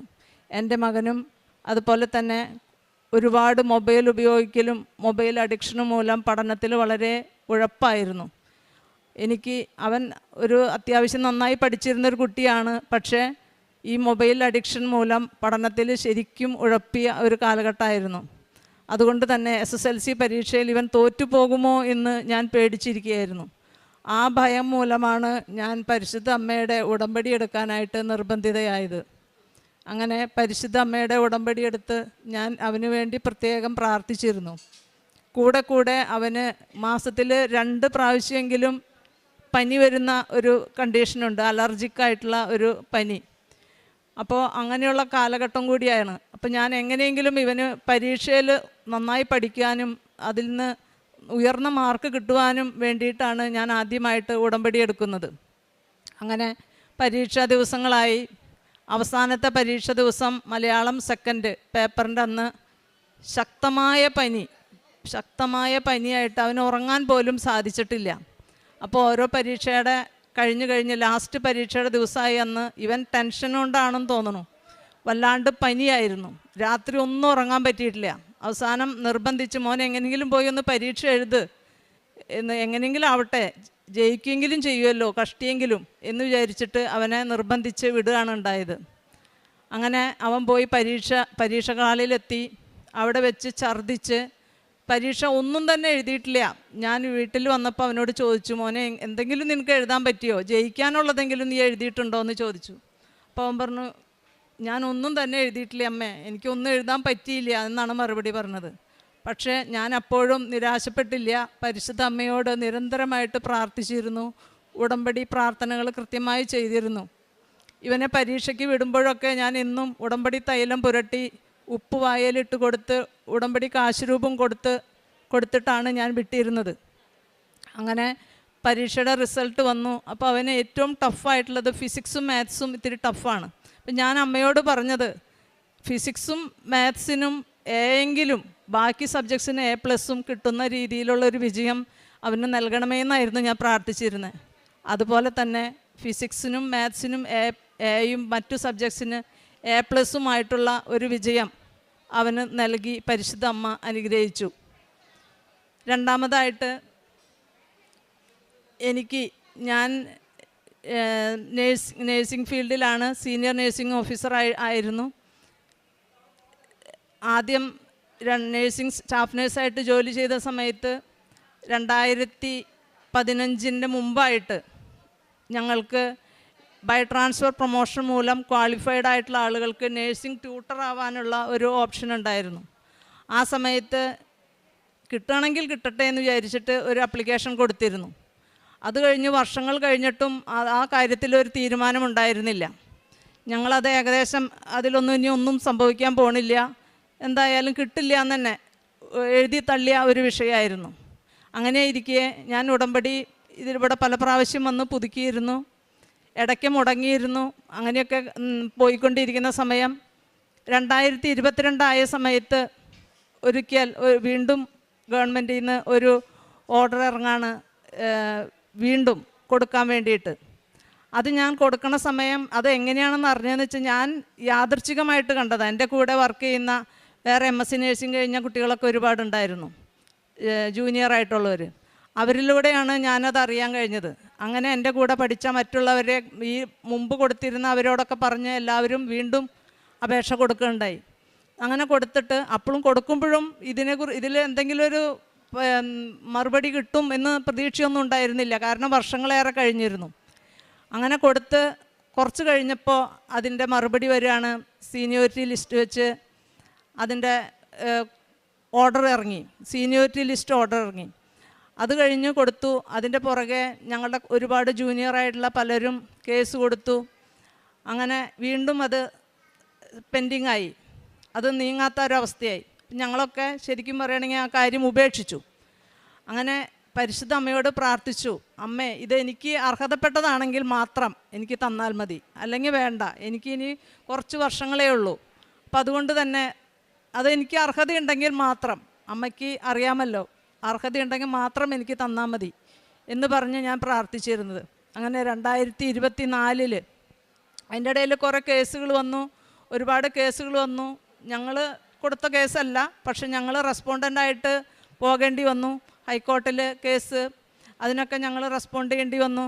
അങ്ങനെ കൊടുത്തെങ്കിലും അവിടെ അഡ്വക്കേറ്റ് കേസ് എടുക്കുക പോലും ചെയ്തിട്ടില്ല. അങ്ങനെ ഞങ്ങളിതൊന്നും എഴുതിത്തള്ളി, ഇനി കിട്ടാനൊരു സാധ്യതയില്ല എന്നുള്ള രീതിയിൽ നിൽക്കുന്ന സമയത്ത് 2024 ഡിസംബർ 5 ഞങ്ങൾക്ക് പോസ്റ്റിംഗ് ഓർഡർ വരികയാണ്. അങ്ങനെ 2024 ഡിസംബർ 25 ഓർഡർ വന്നെങ്കിലും ആ സമയത്ത് അന്ന് എനിക്ക് ജോയിൻ ചെയ്യാൻ സാധിച്ചില്ല. കാരണം ഹോസ്പിറ്റലിൽ കായകൽപ്പിൻ്റെ ഒരു ഇൻസ്പെക്ഷൻ വന്നിരിക്കുകയാണ്, അതിൻ്റെ തിരക്കിലായിരുന്നു. അങ്ങനെ എല്ലാവരും 6 പോയി ജോയിൻ ചെയ്തു. എനിക്കന്ന് ജോയിൻ ചെയ്യാൻ പറ്റിയില്ല. ഡിസംബർ 7 മാതാവ് പ്രത്യക്ഷപ്പെട്ട ദിവസമാണ് എനിക്ക് പാലക്കാട് ജില്ലയിൽ അവിടെ ഗവൺമെൻറ് സ്കൂൾ ഓഫ് നഴ്സിംഗിൽ നഴ്സിംഗ് ട്യൂട്ടറായിട്ട് ജോയിൻ ചെയ്യാൻ സാധിച്ചു. അത് പരിശുദ്ധ അമ്മയുടെ ഇടപെടലാണെന്ന് ഞാൻ പൂർണ്ണമായും വിശ്വസിക്കുന്നു. അങ്ങനെ ജോയിൻ ചെയ്ത ദിവസം തന്നെ സ്വന്തം ജില്ലയായ തൃശ്ശൂർ ജില്ലയിലേക്ക് ട്രാൻസ്ഫർ അപ്ലിക്കേഷൻ വെച്ചു. എന്നിരുന്നാലും എന്തെങ്കിലും കിട്ടുമല്ലോ, അപ്ലിക്കേഷൻ വെക്കുക എന്നുള്ളത് മാത്രമാണ് ചെയ്തത്. അത് കഴിഞ്ഞ് ഒരു 10 മാസം കഴിഞ്ഞ് അതിൻ്റെ ഇടയിൽ ജൂലൈ 19 2025 ജൂലൈ 19 ഞാൻ വീട്ടിലേക്ക് വരുന്ന വഴിക്ക് ട്രെയിൻ ഇറങ്ങി വരുമ്പോൾ എനിക്ക് കാലിലൊരു ബുള്ളറ്റ് വന്ന് തട്ടി പാദത്തിൽ 2 ബോൺ ഫ്രാക്ചറായി. അങ്ങനെ ഞാൻ ബെഡിൽ കിടക്കുന്ന സമയത്ത്, പ്ലാസ്റ്ററൊക്കെ ഇട്ട് കിടക്കുന്ന സമയത്ത്, ഉടമ്പടി ധ്യാനം കിടന്ന് കൂടിക്കൊണ്ടിരിക്കുന്ന സമയത്ത് ഓഗസ്റ്റ് മാസത്തിലെ ഒരു ചൊവ്വാഴ്ച ധ്യാനത്തിൽ ജോസഫ് അച്ഛൻ ഇവിടെ പറയാണ്, ഇന്നേക്ക് 48 ദിവസത്തിനുള്ളിൽ, 43 ആണോ 48 ആണോ എന്ന് കൃത്യമായിട്ട് ഞാൻ ഓർക്കുന്നില്ല, ഒരു ചൊവ്വാഴ്ച ധ്യാനത്തിൽ പറയുകയാണ്, ട്രാൻസ്ഫർ അപ്ലിക്കേഷൻ കൊടുത്തവരുടെ കാര്യത്തിൽ ഈ ഇത്രയും ദിവസത്തിനുള്ളിൽ ഒരു തീരുമാനം ഉണ്ടാകും. ഞാനത് കേട്ട ഉടനെ, ഞാൻ ട്രാൻസ്ഫറിന് വേണ്ടി ഏറ്റവും ആഗ്രഹിച്ചിരുന്ന സമയമാണ്. കാരണം ഈ പാലക്കാട് ജില്ലയിൽ രാവിലെ തന്നെ പോവുക, 8 മണിക്ക് അവിടെ എത്തണം, അങ്ങനെയുള്ള പല പ്രശ്നങ്ങളും ഉണ്ട്. അപ്പോൾ അതുകൊണ്ട് എത്രയും വേഗം സ്വന്തം ജില്ലയിലേക്ക് ഒന്ന് ട്രാൻസ്ഫർ ആഗ്രഹിച്ചിരുന്ന സമയമാണ്. ഈ ഉടമ്പടിയിൽ ഞാൻ പ്രാർത്ഥിക്കാറുണ്ട്, ഉടമ്പടിയിൽ നിയോഗം വെച്ചിരുന്നു. അങ്ങനെ അച്ഛനിത് പറഞ്ഞ വഴിക്ക് ഞാൻ മനസ്സിൽ വിചാരിച്ചു, ദൈവമേ അത് എനിക്കുള്ളതായിരിക്കും, ഈ സന്ദേശം എനിക്കുള്ളതാണല്ലോ. ഞാൻ പിന്നെ ഇതിനു വേണ്ടി ദിവസങ്ങൾ എണ്ണി കാത്തിരിക്കാൻ തുടങ്ങി. ഈ അച്ഛൻ പറഞ്ഞ ദിവസം തീരുന്നത് സെപ്റ്റംബർ 30-ാം തീയതിയാണ്. അപ്പം ഞാൻ 26, 27, 28 ഇങ്ങനെ ഓരോ ദിവസം എത്തുമ്പോഴും ഇനി ഒരു ദിവസം കൂടിയുള്ളൂ, ഇനി 2 ദിവസം കൂടിയുള്ളൂ, ഒന്നും വരുന്നില്ലല്ലോ എന്ന് കാത്തിരിക്കുകയായിരുന്നു. അവസാനം ഇലക്ഷൻ ഡിക്ലെയർ ചെയ്യേണ്ട ദിവസം കൂടിയായി. അപ്പോൾ എനിക്ക് പ്രതീക്ഷയില്ലാണ്ടായി, ഇനിയിപ്പോഴൊന്നും കിട്ടാൻ സാധ്യതയില്ല. അങ്ങനെ ഇരിക്കെ സെപ്റ്റംബർ 29-ാം തീയതി ട്രാൻസ്ഫർ അപ്ലിക്കേഷൻ വരികയാണ്. അങ്ങനെ ആ മാതാവ് ജോസഫ് അച്ഛനിലൂടെ എനിക്ക് വേണ്ടി പ്രവർത്തിച്ച മറ്റൊരു അത്ഭുതമായിട്ട് തന്നെ ഞാനതിനെ കണക്കാക്കുകയാണ്. ഇതുകൂടാതെ ഞാൻ കൊടുങ്ങല്ലൂർ താലൂക്ക് ആശുപത്രിയിലായിരിക്കുമ്പോൾ അവിടെ ബൈക്ക് ആക്സിഡൻറ്റ് മൂലം അവിടെ ജോലി ചെയ്ത സമയത്ത് ബൈക്ക് ആക്സിഡൻറ്റിൽ ഒരു പയ്യൻ, ഡിഗ്രിക്ക് പഠിക്കുന്ന ഒരു പയ്യനാണ്. അവൻ ബൈക്ക് ആക്സിഡൻ്റായിട്ട് എല്ലാം നഷ്ടപ്പെട്ട അവസ്ഥയിലായി, അബോധാവസ്ഥയിലാണ്. റൈൽസ് ട്യൂബ് ഫീഡിങ്, പിന്നെ ട്രക്കിയോസ്റ്റമി, ആകെ ഇനി ഒന്നും ചെയ്യാനില്ല. ഡോക്ടേഴ്സ് അവരത്യാവശ്യം ഒരു മാതിരി ചികിത്സകളൊക്കെ കഴിഞ്ഞ് പാലിയേറ്റീവ് കെയർ മാത്രം ഇനി സാധിക്കുള്ളൂ, ഇനി വേറൊരു രക്ഷയില്ല എന്നുള്ള രീതിയിൽ പാലിയേറ്റീവ് കെയറിന് വേണ്ടി താലൂക്ക് ആശുപത്രിയിൽ പേവാർഡിൽ അഡ്മിറ്റാക്കുകയാണ്. MLA അവിടെ എടുക്കില്ല എന്ന് പറഞ്ഞിട്ട് MLA പ്രത്യേക റെക്കമെൻഡേഷനോട് കൂടിയിട്ടാണ് അവിടെ അഡ്മിറ്റാക്കിയത്. അങ്ങനെ ഞാൻ ഒരു ദിവസം നൈറ്റ് ഡ്യൂട്ടിക്ക് വരുന്ന സമയത്ത് ഇവനെ കാണുകയാണ്. അങ്ങനെ ഞാൻ പിറ്റേ ദിവസം വന്നപ്പോൾ ഇവനെ കണ്ടപ്പോൾ എനിക്ക് വളരെ ദയനീയമായൊരവസ്ഥയിലാണ്. 20 വയസ്സുള്ള ഒരു പയ്യൻ, അവൻ്റെ അമ്മയും അച്ഛനും അങ്ങനെ വല്ലാത്തൊരവസ്ഥയിൽ. പിറ്റേ ദിവസം ഞാൻ ഉടമ്പടി തൈലെടുത്ത് കൊണ്ടുപോയിട്ട് അവൻ്റെ നെറ്റിയിൽ കുരിശ് വരച്ച് അവന് വേണ്ടി മാതാവിനോട് പ്രത്യേകം പ്രാർത്ഥിച്ചു. കുറച്ച് ദിവസം കഴിഞ്ഞ് വീണ്ടും കുറച്ച് ദിവസം അങ്ങനെ കടന്നുപോയി. വേറൊരു നൈറ്റ് ഡ്യൂട്ടി ടേൺ വന്നപ്പോൾ ഒരു ദിവസം ഇവൻ അൺകോൺഷ്യസ് ആണ്. ഫുഡ് കൊടുക്കണതിൻ്റെ ഇടയിൽ കൈ തട്ടിയിട്ട് ഇട്ടിരുന്ന റൈൽസ് ട്യൂബ് ഊരിപ്പോയി. അപ്പോൾ കാഷ്വാലിറ്റി ഡ്യൂട്ടിയിലുണ്ടായിരുന്ന 3 ജൂനിയർ ഡോക്ടേഴ്സ് ട്രൈ ചെയ്തു. കാരണം ട്രക്കിയോസ്റ്റമി ട്യൂബുണ്ട്, കത്തീറ്ററുണ്ട്, എല്ലാ ഇതും കൂടിയിട്ടാണ്. ഇവനൊന്നും ചെയ്യാൻ പറ്റില്ല, അൺകോൺഷ്യസ് ആണ്. ഒരു ഞരക്കം മാത്രമേ ഉള്ളൂ ജീവൻ്റെ ലക്ഷണമായിട്ട്. അപ്പോൾ അങ്ങനെ ഇരിക്കുന്ന അവസ്ഥയിൽ 3 ജൂനിയർ ഡോക്ടേഴ്സ് കാഷ്വാലിറ്റിയിൽ അവർ 3 പേരും ഡേ ടൈമിൽ ട്രൈ ചെയ്തു ഈ ട്യൂബൊന്ന് ഇടാൻ വേണ്ടിയിട്ട്. അവർക്ക് ആർക്കും സാധിക്കുന്നില്ല. എങ്ങനെയെങ്കിലും ഈ ട്യൂബൊന്ന് ഇട്ടാലാണ് എന്തെങ്കിലും ഫീഡ് കൊടുക്കാൻ പറ്റുള്ളൂ. ആ അവസ്ഥയിൽ ഞാൻ നൈറ്റ് ഡ്യൂട്ടിക്ക് വരികയാണ്. അപ്പോൾ അവിടുത്തെ അനസ്തെറ്റിസ്റ്റ് എന്നോട് വിളിച്ചു പറഞ്ഞു, സിസ്റ്ററെ ഒന്ന് ട്രൈ ചെയ്യാമോ, അല്ലെങ്കിൽ അനസ്തെറ്റിസ്റ്റ് വന്ന് ഇനി ഇടണം, ഇനി വേറൊരു ഓപ്ഷൻ ഇല്ല, സാറ് വന്ന് ഇടേണ്ടതാണ്. അങ്ങനെ സാറ് എന്നോട് റിക്വസ്റ്റ് ചെയ്തു, സിസ്റ്റർ ഒന്ന് ട്രൈ. അപ്പം എന്നെ നേരത്തെ അറിയാവുന്നതാണ്, ഞങ്ങൾ ഒരുമിച്ച് വർക്ക് ചെയ്തിട്ടുള്ളതാണ്. സാറപ്പോൾ അവിടെ സൂപ്രണ്ടിൻ്റെ ചാർജും കൂടി ഉണ്ടായിരുന്ന സമയമാണ്. അപ്പോൾ സാറിന് ദൂരേന്ന് വൈകുന്നേരം വരാൻ മടിയായിട്ടോ സാറിന് ബുദ്ധിമുട്ടുണ്ടായിരുന്നുകൊണ്ടായിരിക്കാം. സാർ എന്നോട് റിക്വസ്റ്റ് ചെയ്തു, സിസ്റ്ററെ ഒന്ന് ട്രൈ ചെയ്യൂ, ഒന്ന് ഇട്ട് നോക്ക്, സിസ്റ്റർക്ക് പറ്റും എന്നൊക്കെ പറഞ്ഞു. ഞാൻ പറഞ്ഞു, സാറേ ഇങ്ങനെ കിടക്കുന്ന പേഷ്യൻ്റാണ്, എനിക്ക് പറ്റില്ല, സാർ തന്നെ വരണം, അല്ലാണ്ട് ശരിയാവില്ല.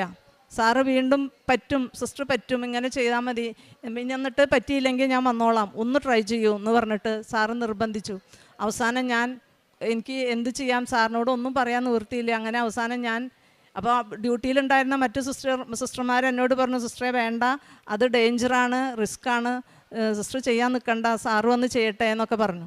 പക്ഷെ ഞാൻ എന്തായാലും വേണ്ടില്ല, ചെയ്യാം, സാർ ഇത്രയും പറഞ്ഞതല്ലേ എന്ന് വിചാരിച്ചിട്ട് ഞാൻ സാറിൻ്റെ അടുത്ത് പറഞ്ഞ് ഞാൻ റൂമിൽ ചെന്ന് പ്രാർത്ഥിച്ചിട്ട് ഒന്ന് ട്രൈ ചെയ്ത് നോക്കാമെന്ന് വിചാരിച്ചിട്ട് ചെന്നു. അവൻ്റെ അമ്മോട് പറഞ്ഞു, എനിക്കറിയില്ല, പറ്റുമോയെന്ന് അറിയില്ല, ഞാൻ നോക്കട്ടെ എന്നൊക്കെ പറഞ്ഞ് അവരെ ആശ്വസിപ്പിച്ചിട്ട് ഞാൻ ട്രൈ ചെയ്തു. അത് അവന് വലിയ പ്രശ്നമൊന്നുമില്ലാതെ ശരിക്കും ഇടാൻ സാധിച്ചു. 2-3 ദിവസങ്ങൾക്ക് ശേഷം, കുറച്ച് ദിവസങ്ങൾക്ക് ശേഷം അവൻ ഒന്നും ചെയ്യാനില്ല, പാലിയേറ്റീവ് കെയർ മാത്രം എന്നും പറഞ്ഞ് അഡ്മിറ്റാക്കിയ പയ്യൻ വളരെ സുബോധത്തോടു കൂടി അവൻ്റെ ബ്ലഡ് ടെസ്റ്റും എല്ലാം നോർമലായി. അവൻ വളരെ സുഖമായിട്ട് ഡിസ്ചാർജായി നടന്നു പോയി വീട്ടിലേക്ക്. അങ്ങനെ അവരിവിടെ വന്ന് സാക്ഷ്യം പറയാമെന്ന് പറഞ്ഞിട്ടുണ്ടായിരുന്നു. പിന്നെ എനിക്ക് അവരെ കാണാൻ പറ്റിയിട്ടില്ല. കാരുണ്യ പ്രവർത്തികൾ, പ്രേക്ഷിത പ്രവർത്തികൾ എന്ന് പറയുമ്പോൾ ഞങ്ങളുടെ അടുത്തൊരു ഓൾഡ് ഏജ് ഹോമുണ്ട്, അവിടെ ഇടയ്ക്ക് പോയിട്ട് അവർക്ക് ഒരു ദിവസത്തേക്കുള്ള ആഹാരത്തിനുള്ള പണം കൊടുക്കാറുണ്ട്. പിന്നെ ഞങ്ങളുടെ അടുത്ത് ഒരു കുട്ടിക്ക് വിവാഹ ആവശ്യത്തിനായിട്ട് കൊടുത്തിട്ടുണ്ട്. പിന്നെ ഒരു വീട് പണിയാനായിട്ട് ഇപ്പം ഞാൻ വർക്ക് ചെയ്യുന്നത് തൃശ്ശൂർ നേഴ്സിംഗ് സ്കൂളിലാണ്. അവിടെ ലിറ്റിൽ ബ്രദേഴ്സ് ഓഫ് ജീസസ് എന്ന് പറഞ്ഞൊരു സംഘടനയുണ്ട്. പാവപ്പെട്ട രോഗികൾക്ക് ഭക്ഷണം കൊടുക്കുന്ന ഒരു സർവീസ് അവർ ചെയ്യുന്നുണ്ട്. അപ്പോൾ അവർ ജനറൽ ഹോസ്പിറ്റലിലും മെഡിക്കൽ കോളേജിലും പാവപ്പെട്ട രോഗികൾക്ക് ഭക്ഷണം കൊടുക്കുന്നതാണ്.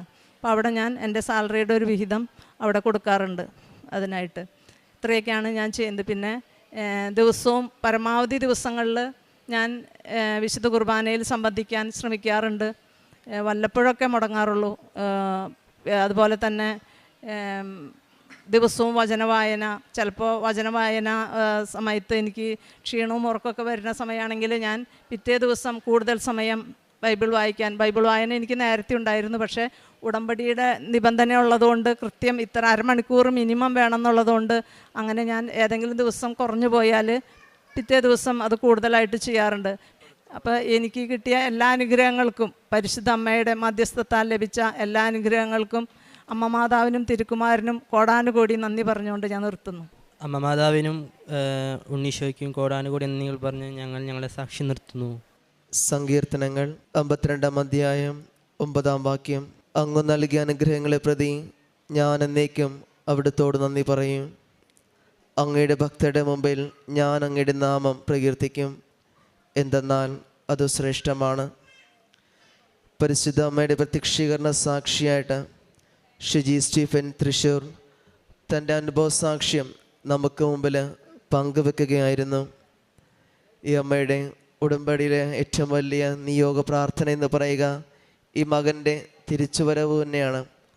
ഒരു കൊറോണ കാലത്ത് അതിൻ്റെ ഒരു സമയത്തുണ്ടായ മൊബൈലിനോട് ചേർന്നുള്ള ജീവിതവും അതുപോലെ തന്നെ പഠിത്തത്തോട് തിരിച്ചു വരാനുള്ള ഈ മകൻ്റെ തിരിച്ചുവരവാണ് ഈ അമ്മ ആഗ്രഹിച്ച ഉടമ്പടിയിൽ. അത് പരിശുദ്ധ അമ്മയുടെ ഇടപെടലിലൂടെയും ഈ മകൻ തിരിച്ചു കിട്ടുവാനും അതുപോലെ തന്നെ ഈ മകൻ്റെ പഠന ജീവിതത്തിൽ ഉന്നതമായ വിജയം നൽകി പരിശുദ്ധ അമ്മ ഇവരെ അനുഗ്രഹിക്കുകയും ചെയ്തു. അതോടൊപ്പം തന്നെ ഈ അമ്മയുടെ ജീവിതത്തിൽ ട്രാൻസ്ഫറിൻ്റെതായ കാര്യങ്ങൾ, സീനിയർ നേഴ്സ് ഓഫീസറായിട്ടുള്ള ട്രാൻസ്ഫറിൻ്റെ കാര്യങ്ങളാണെങ്കിലും പരിശുദ്ധ അമ്മയുടെ ഇടപെടലിലൂടെ ഈ അമ്മയ്ക്ക് അത് സാധിക്കുകയുണ്ടായി. അതോടൊപ്പം തന്നെ ഈ അമ്മയുടെ പ്രവർത്തനങ്ങളിലൂടെ തന്നെ നിരവധിയായ കൂടെയുള്ളവർക്കും അതുപോലെ ഹോസ്പിറ്റലിലേക്ക് വന്ന അത് പാലിയേറ്റീവ് കെയർ വേണമെന്ന് പറഞ്ഞ ഒരു മകന് പോലും പരിശുദ്ധ അമ്മയുടെ സംരക്ഷണയിൽ ഒരു റിക്കവറിയാണ് ഉണ്ടായത്. അത് ഈ അമ്മയുടെ ഉടമ്പടി ജീവിതത്തോട് ചേർന്നുള്ള ക്രമീകരണം തന്നെയാണ്. ഈ ഒരു അമ്മയുടെ ജീവിതത്തിൽ പരിശുദ്ധ അമ്മയുടെ സാന്നിധ്യവും സംരക്ഷണവും അത് ഉടമ്പടി നേർച്ച വസ്തുക്കളോട് ചേർന്നുള്ള ഒരു വലിയ വിശ്വാസം തന്നെയാണ് ഈ അമ്മയുടെ ജീവിതത്തിലും ഇമ്പോർട്ടൻ്റ്. എൻ്റെ കുടുംബത്തെയും പ്രത്യക്ഷീകരണത്തിന് സാക്ഷിയായി ഉയർത്തിയതിന് മാതാവിനും തിരുക്കുമാരനും 1000 നന്ദി. എൻ്റെ പേര് സൗമ്യ, ഇത് എൻ്റെ ഹസ്ബൻഡ് ജോബിൻ, ഇത് എൻ്റെ മൂത്ത മോൻ റയാൻ, ഇളയ മോൻ റദ്വിക്. ഞങ്ങൾ ഒമാനിൽ നിന്നാണ് വരുന്നത്. 2022 ഞാൻ ഒമാനിൽ പോയത്, ഒക്ടോബറിൽ. 2023 മുതലാണ് എൻ്റെ കൂടെ വർക്ക് ചെയ്യുന്ന, എൻ്റെ കൂടെ താമസിക്കുന്ന ഒരു ചേച്ചി, അക്രൈസ്തവയായ ഒരു ചേച്ചി കൃപാസനത്തിൻ്റെ പ്രാർത്ഥനകൾ രാവിലെ എഴുന്നേറ്റ് പ്രാർത്ഥിക്കുന്നത് കണ്ടിട്ട് ഞാനൊരു ആലപ്പുഴക്കാരിയായിട്ടും കൃപാസനത്തിനെക്കുറിച്ച് പ്രാർത്ഥിക്കുന്നില്ലല്ലോ, മാതാവിനോട് പ്രാർത്ഥിക്കുന്നില്ലല്ലോ, ചേച്ചി ഇത്രയും ശക്തമായിട്ട് പ്രാർത്ഥിക്കുന്നത് കണ്ടിട്ട് ആണ് എനിക്ക് മാതാവിനോട് പ്രാർത്ഥിക്കണമെന്ന് തോന്നിയിട്ട് ഞാൻ പ്രാർത്ഥിക്കാൻ തുടങ്ങിയത്, കൃപാസന മാതാവിനോട്. അങ്ങനെ കൃപാസന മാതാവിൻ്റെ അന്ന് തന്നെ ഞാൻ കൃപാസന മാതാവിൻ്റെ പ്രാർത്ഥനകൾ കേൾക്കുകയും യൂട്യൂബിൽ കൃപാസനത്തിൻ്റെ സൈറ്റ് ഓപ്പൺ ചെയ്ത് സബ്സ്ക്രൈബ് ചെയ്ത് യൂട്യൂബിൽ ഓൺലൈൻ ഉടമ്പടി ധ്യാനങ്ങൾ എല്ലാ ദിവസവും കേൾക്കുകയും സാക്ഷ്യങ്ങൾ കേൾക്കുകയും അന്ന് തൊട്ട് ചെയ്യുന്നുണ്ടായിരുന്നു. അങ്ങനെ ഇരിക്കുമ്പോഴാണ് ഞങ്ങൾ 2024 മെയ്യിൽ നാട്ടിൽ വരാൻ തീരുമാനിച്ചു. നാട്ടിൽ വരാൻ തീരുമാനിച്ചപ്പോൾ ടിക്കറ്റ് നോക്കിക്കൊണ്ടിരിക്കുമ്പോൾ ടിക്കറ്റ് റേറ്റ് ഭയങ്കരമായിട്ട് കൂടിക്കൊണ്ടിരിക്കുകയാണ്. ഞങ്ങൾക്ക് 4 പേർക്ക് ഒരുമിച്ച് വരണം. അപ്പോൾ അങ്ങനെ നോക്കിക്കൊണ്ടിരിക്കുമ്പോഴത്തേക്ക് ഹസ്ബൻഡ് പറഞ്ഞ് എന്നാൽ നമുക്ക് കൃപാസനത്തിൽ ഹസ്ബൻഡിനും വരാൻ ആഗ്രഹമുണ്ട് എന്ന് പറഞ്ഞ് അത് കഴിഞ്ഞ് 2 മിനിറ്റ് കഴിഞ്ഞ് ഞങ്ങൾ ഒന്നുകൂടെ സൈറ്റ് ചെക്ക് ചെയ്തപ്പോഴത്തേക്ക് പെട്ടെന്ന് തന്നെ 60,000 70,000 നിന്ന ടിക്കറ്റ് റേറ്റ് 37,000 കുറഞ്ഞു. ഞങ്ങൾക്ക് 4 പേർക്കും കൂടെ 37,000 രൂപ ടിക്കറ്റ് റേറ്റ് ആയിട്ട് ഞങ്ങൾ അന്ന് കൃപാസനത്തിൽ വന്നു. വരുന്ന വഴി തന്നെ ഞാൻ ഇവിടെ കൃപാസനത്തിൽ ഇവിടെ വന്ന് രാത്രിയായിരുന്നു. ഞങ്ങളിവിടെ വന്ന് പ്രാർത്ഥിച്ച് മാതാവിന് നന്ദി പറഞ്ഞിട്ടാണ് ഞങ്ങൾ പോയത്. അത് കഴിഞ്ഞ് പിറ്റേ ദിവസം മെയ് 8 2024 മെയ് 8 ഞങ്ങളിവിടെ വന്നു. തീർത്ഥാടന ഉടമ്പടി എടുക്കാനായിട്ട് വന്നു. ഞാൻ ഉടമ്പടി എടുക്കാനായിട്ടാണ് വന്നത്. അപ്പോഴത്തേക്കും ഹസ്ബൻഡിന് ഉടമ്പടി എടുക്കണമെന്ന് പറഞ്ഞ് എടുത്തു. കുമ്പസാരിക്കാനും പോയി. കുമ്പസാരിച്ച് വന്ന് തീർത്ഥാടന ഉടമ്പടി എടുത്തു. അന്നു മുതൽ ഞങ്ങൾ കൃപാസനത്തിൻ്റെ പ്രാർത്ഥനകളും ഉടമ്പടി പ്രത്യക്ഷീകരണ പ്രാർത്ഥനയും ഉടമ്പടി പ്രാർത്ഥനയും എല്ലാം കുടുംബമായിട്ട് പ്രാർത്ഥിച്ചുകൊണ്ടിരുന്നു. അങ്ങനെ ഞങ്ങൾ തിരിച്ച് പോകുന്ന ദിവസം ഞങ്ങൾ ഇവിടെ വന്ന് NRI ആക്കി, ഉടമ്പടി NRI ആക്കി പത്രവും മേടിച്ചിട്ടാണ് ഞങ്ങൾ പോയത്. തൈലവും മാതാവിൻ്റെ തൈലവും ഉപ്പും ഉടമ്പടി ഉപ്പും ഞങ്ങൾ എല്ലാം കൊണ്ടുപോയി. തിരിയും ഞങ്ങൾ കൊണ്ടുപോയി. എന്നിട്ട് അങ്ങനെ ഞങ്ങൾ അവിടെ പോയി. അവിടെയും ഞങ്ങൾ പ്രാർത്ഥനകളും കുടുംബ പ്രാർത്ഥനകളും എല്ലാം കണ്ടിന്യൂ ചെയ്തുകൊണ്ടിരുന്നു. അങ്ങനെ ഇരിക്കുമ്പോഴാണ് ജൂൺ 30 ഞാൻ ഡ്യൂട്ടിക്ക് പോകുന്നതിന് ഡ്യൂട്ടിക്ക് പോകാൻ ഒരുങ്ങി കുളിച്ച് ഇറങ്ങുമ്പോഴത്തേക്കും ഞാൻ ബാത്റൂമിൽ വീണ് എനിക്ക് റൈറ്റ് പെറ്റല ഫ്രാക്ചറായി, മുട്ടിന് ഫ്രാക്ചറായി, മുട്ട് പൊട്ടി. എന്നിട്ട് ഞാൻ അന്ന് ഡ്യൂട്ടിക്ക് 1:30 ആയിരുന്നതുകൊണ്ട് ഞാൻ ഡ്യൂട്ടിക്ക് പെട്ടെന്ന് പോയി. വണ്ടി പിടിച്ചാണ് പോയത്. വണ്ടി പിടിച്ച് പോയി. അവിടെ ചെന്ന് കഴിഞ്ഞപ്പോഴത്തേക്കും നീരെല്ലാം ഭയങ്കരമായിട്ട് കൂടി. അത് കഴിഞ്ഞപ്പോൾ അവിടുന്ന് തന്നെ ഞങ്ങൾ പോയിട്ട് എക്സ്റേ എടുത്തു. എക്സ്റേ എടുത്തപ്പോഴത്തേക്കും ഡോക്ടർ പറഞ്ഞു ഫ്രാക്ചറാണ്, ഇനി ഡ്യൂട്ടി എടുക്കാൻ പറ്റത്തില്ല, കംപ്ലീറ്റ് റെസ്റ്റ് വേണം. അങ്ങനെ ഞാൻ അങ്ങനെ അന്ന് തന്നെ കാസ്റ്റ് ഇട്ടു. ഞങ്ങൾ ബെഡ് റെസ്റ്റായിട്ട് ഞാൻ വീട്ടിൽ വന്നു. അപ്പോൾ ഞങ്ങളുടെ കയ്യിൽ ഉടമ്പടി തൈലം ഉണ്ടായിരുന്നു, ഉടമ്പടി ഉപ്പും എല്ലാം ഞങ്ങൾ യൂസ് ചെയ്യുന്നുണ്ടായിരുന്നു. ഉടമ്പടി തൈലം എൻ്റെ കാലിൽ ഓൾറെഡി പാസ്റ്റ് ഇട്ടേക്കുമായിരുന്നു. എങ്കിലും എൻ്റെ കാലിൻ്റെ മുകളിൽ ഉടമ്പടി തൈലം വിശ്വാസ പ്രമാണം ചൊല്ലി ഞങ്ങൾ പ്രാർത്ഥിച്ച് ചെയ്യുമായിരുന്നു. അങ്ങനെ ഓഗസ്റ്റ് 6 അതിൻ്റെ ഇടയ്ക്ക് റിവ്യൂ ഉണ്ടായിരുന്നു. കാസ്റ്റ് മാറ്റി. പക്ഷേ ഡോക്ടർ ഓൾറെഡി പറഞ്ഞായിരുന്നു ഇത് അടുത്തില്ല ഉണ്ടെന്നുണ്ടെങ്കിൽ സർജറി ചെയ്യേണ്ടി വരും, അതുകൊണ്ട് റെസ്റ്റ് വേണം, അങ്ങനെയാണ് പറഞ്ഞത്. പോസിബിൾ സർജറി പറഞ്ഞിരുന്നു. പക്ഷേ ദൈവത്തിൻ്റെ അനുഗ്രഹത്താൽ കൃപാസന മാതാവിൻ്റെ അനുഗ്രഹത്താലും ഞങ്ങൾ ഉടമ്പടി നേർച്ച വസ്തുക്കൾ ഉപയോഗിച്ചതിൻ്റെ ഫലമായിട്ട് എൻ്റെ കാലിന് ഓഗസ്റ്റ് 6 എൻ്റെ കാസ്റ്റ് എല്ലാം ഊരി എനിക്ക് നടക്കാം. അതിനുള്ളിൽ 2 ദിവസത്തിനുള്ളിൽ തന്നെ എനിക്ക് ഫുള്ളായിട്ട് വോക്കറിലായിരുന്നു. ഒരാഴ്ച ഞാൻ വോക്കറിൽ നടന്നു. എന്നാലും ഒരു കുഴപ്പവും ഇല്ലാതെ ഒരാഴ്ചയ്ക്കുള്ളിൽ തന്നെ ഒരു കുഴപ്പമില്ലാതെ 1.25 മാസത്തിനുള്ളിൽ തന്നെ ഞാൻ ഡ്യൂട്ടിക്ക് പോകാനും തുടങ്ങി. അന്ന് എൻ്റെ ഇളയ മോന് പറയുമായിരുന്നു, ഇവിടെ കയറി വരുന്നപ്പം അവനും കൂടി പോയാണ് ഓൺലൈൻ ഉടമ്പടി എടുത്തതെന്ന് തീർത്ഥാടന ഉടമ്പടി എടുത്തപ്പം ഞാനും എടുത്തിട്ടുണ്ടെന്ന് പറഞ്ഞാൽ അവനാണ് നന്മ നിറഞ്ഞ വിശ്വാസ പ്രമാണം അവൻ അറിയത്തില്ല. അതുകൊണ്ട് വിശ്വാസ പ്രമാണം എന്ന് പറഞ്ഞിട്ട് അവൻ എൻ്റെ കാലിൽ തൈലം പുരട്ടുമായിരുന്നു. അങ്ങനെ ദൈവം തന്ന മാതാവ് തന്ന അനുഗ്രഹത്തിന് 1000 നന്ദി പറയുന്നു. രണ്ടാമത്തെ രോഗസൗഖ്യം എന്ന് പറയുന്നത് എൻ്റെ ഹസ്ബൻഡിനുണ്ടായ രോഗസൗഖ്യമാണ്. ഞങ്ങൾ ഈ 2026 മാർച്ച് 5 ഒരു 9:30 ആയപ്പോഴത്തേക്കും ഹസ്ബൻഡ് വെറുതെ കിടക്കുമായിരുന്നു. കിടന്നപ്പോഴത്തേക്കും പെട്ടെന്ന് നോസിൽ നിന്ന് ഭയങ്കരമായിട്ട് ബ്ലീഡിങ് വന്നു. അപ്പോൾ ഹസ്ബൻഡ് എന്നെ വിളിച്ചു, ബ്ലീഡിങ് വരുന്നു എന്ന് പറഞ്ഞ് നോക്കിയപ്പോഴത്തേക്കും ഫുൾ ബ്ലീഡിങ് റൂമിനകത്ത് മുഴുവനായി. അപ്പോഴത്തേക്കും പെട്ടെന്ന് തന്നെ ബ്ലീഡിങ് ഒഴുകിക്കൊണ്ടിരിക്കുക, വായിലോട്ടും മൂക്കിലോട്ടും എല്ലാം വന്നുകൊണ്ടിരിക്കുകയാണ്. ഫുൾ ബ്ലഡായി. ബാത്റൂമിൽ പോയി മുഖം കഴുകിയപ്പോഴത്തേക്ക് ബാത്റൂമിലും എല്ലാം ഭയങ്കരമായിട്ട് ബ്ലഡായി. പെട്ടെന്ന് തന്നെ ഞാൻ മാതാവിൻ്റെ ഉടമ്പടി തൈലം വിശ്വാസ പ്രമാണം ചൊല്ലി പ്രാർത്ഥിച്ചു. ഉടമ്പടി ഉപ്പും ഹസ്ബൻഡിന് വിശ്വാസ പ്രമാണം ചൊല്ലി കൊടുത്തു. ഞങ്ങൾ 10-15 മിനിറ്റ് കഴിഞ്ഞാണ് ഹോസ്പിറ്റലിൽ പോയത്. പക്ഷേ മാതാവിൻ്റെ അനുഗ്രഹത്താൽ ഞങ്ങൾക്ക് ആ ഉടമ്പടി നേർച്ച വസ്തുക്കൾ ഉപയോഗിച്ചതിൻ്റെ ഫലമായിട്ട് ഞങ്ങൾക്ക് ഹോസ്പിറ്റലിൽ ചെന്നെങ്കിലും BP ഹൈ ആയിരുന്നു. അതുകൊണ്ട് ബ്ലീഡിങ് നിൽക്കത്തില്ലായിരുന്നു. പക്ഷേ അവിടെ ചെന്നപ്പോഴും BP ഹൈ ആണ്. പക്ഷേ ബ്ലീഡിങ് നിന്നു. ഒരു മരുന്നും കൊടുത്തില്ല അവിടുന്ന്.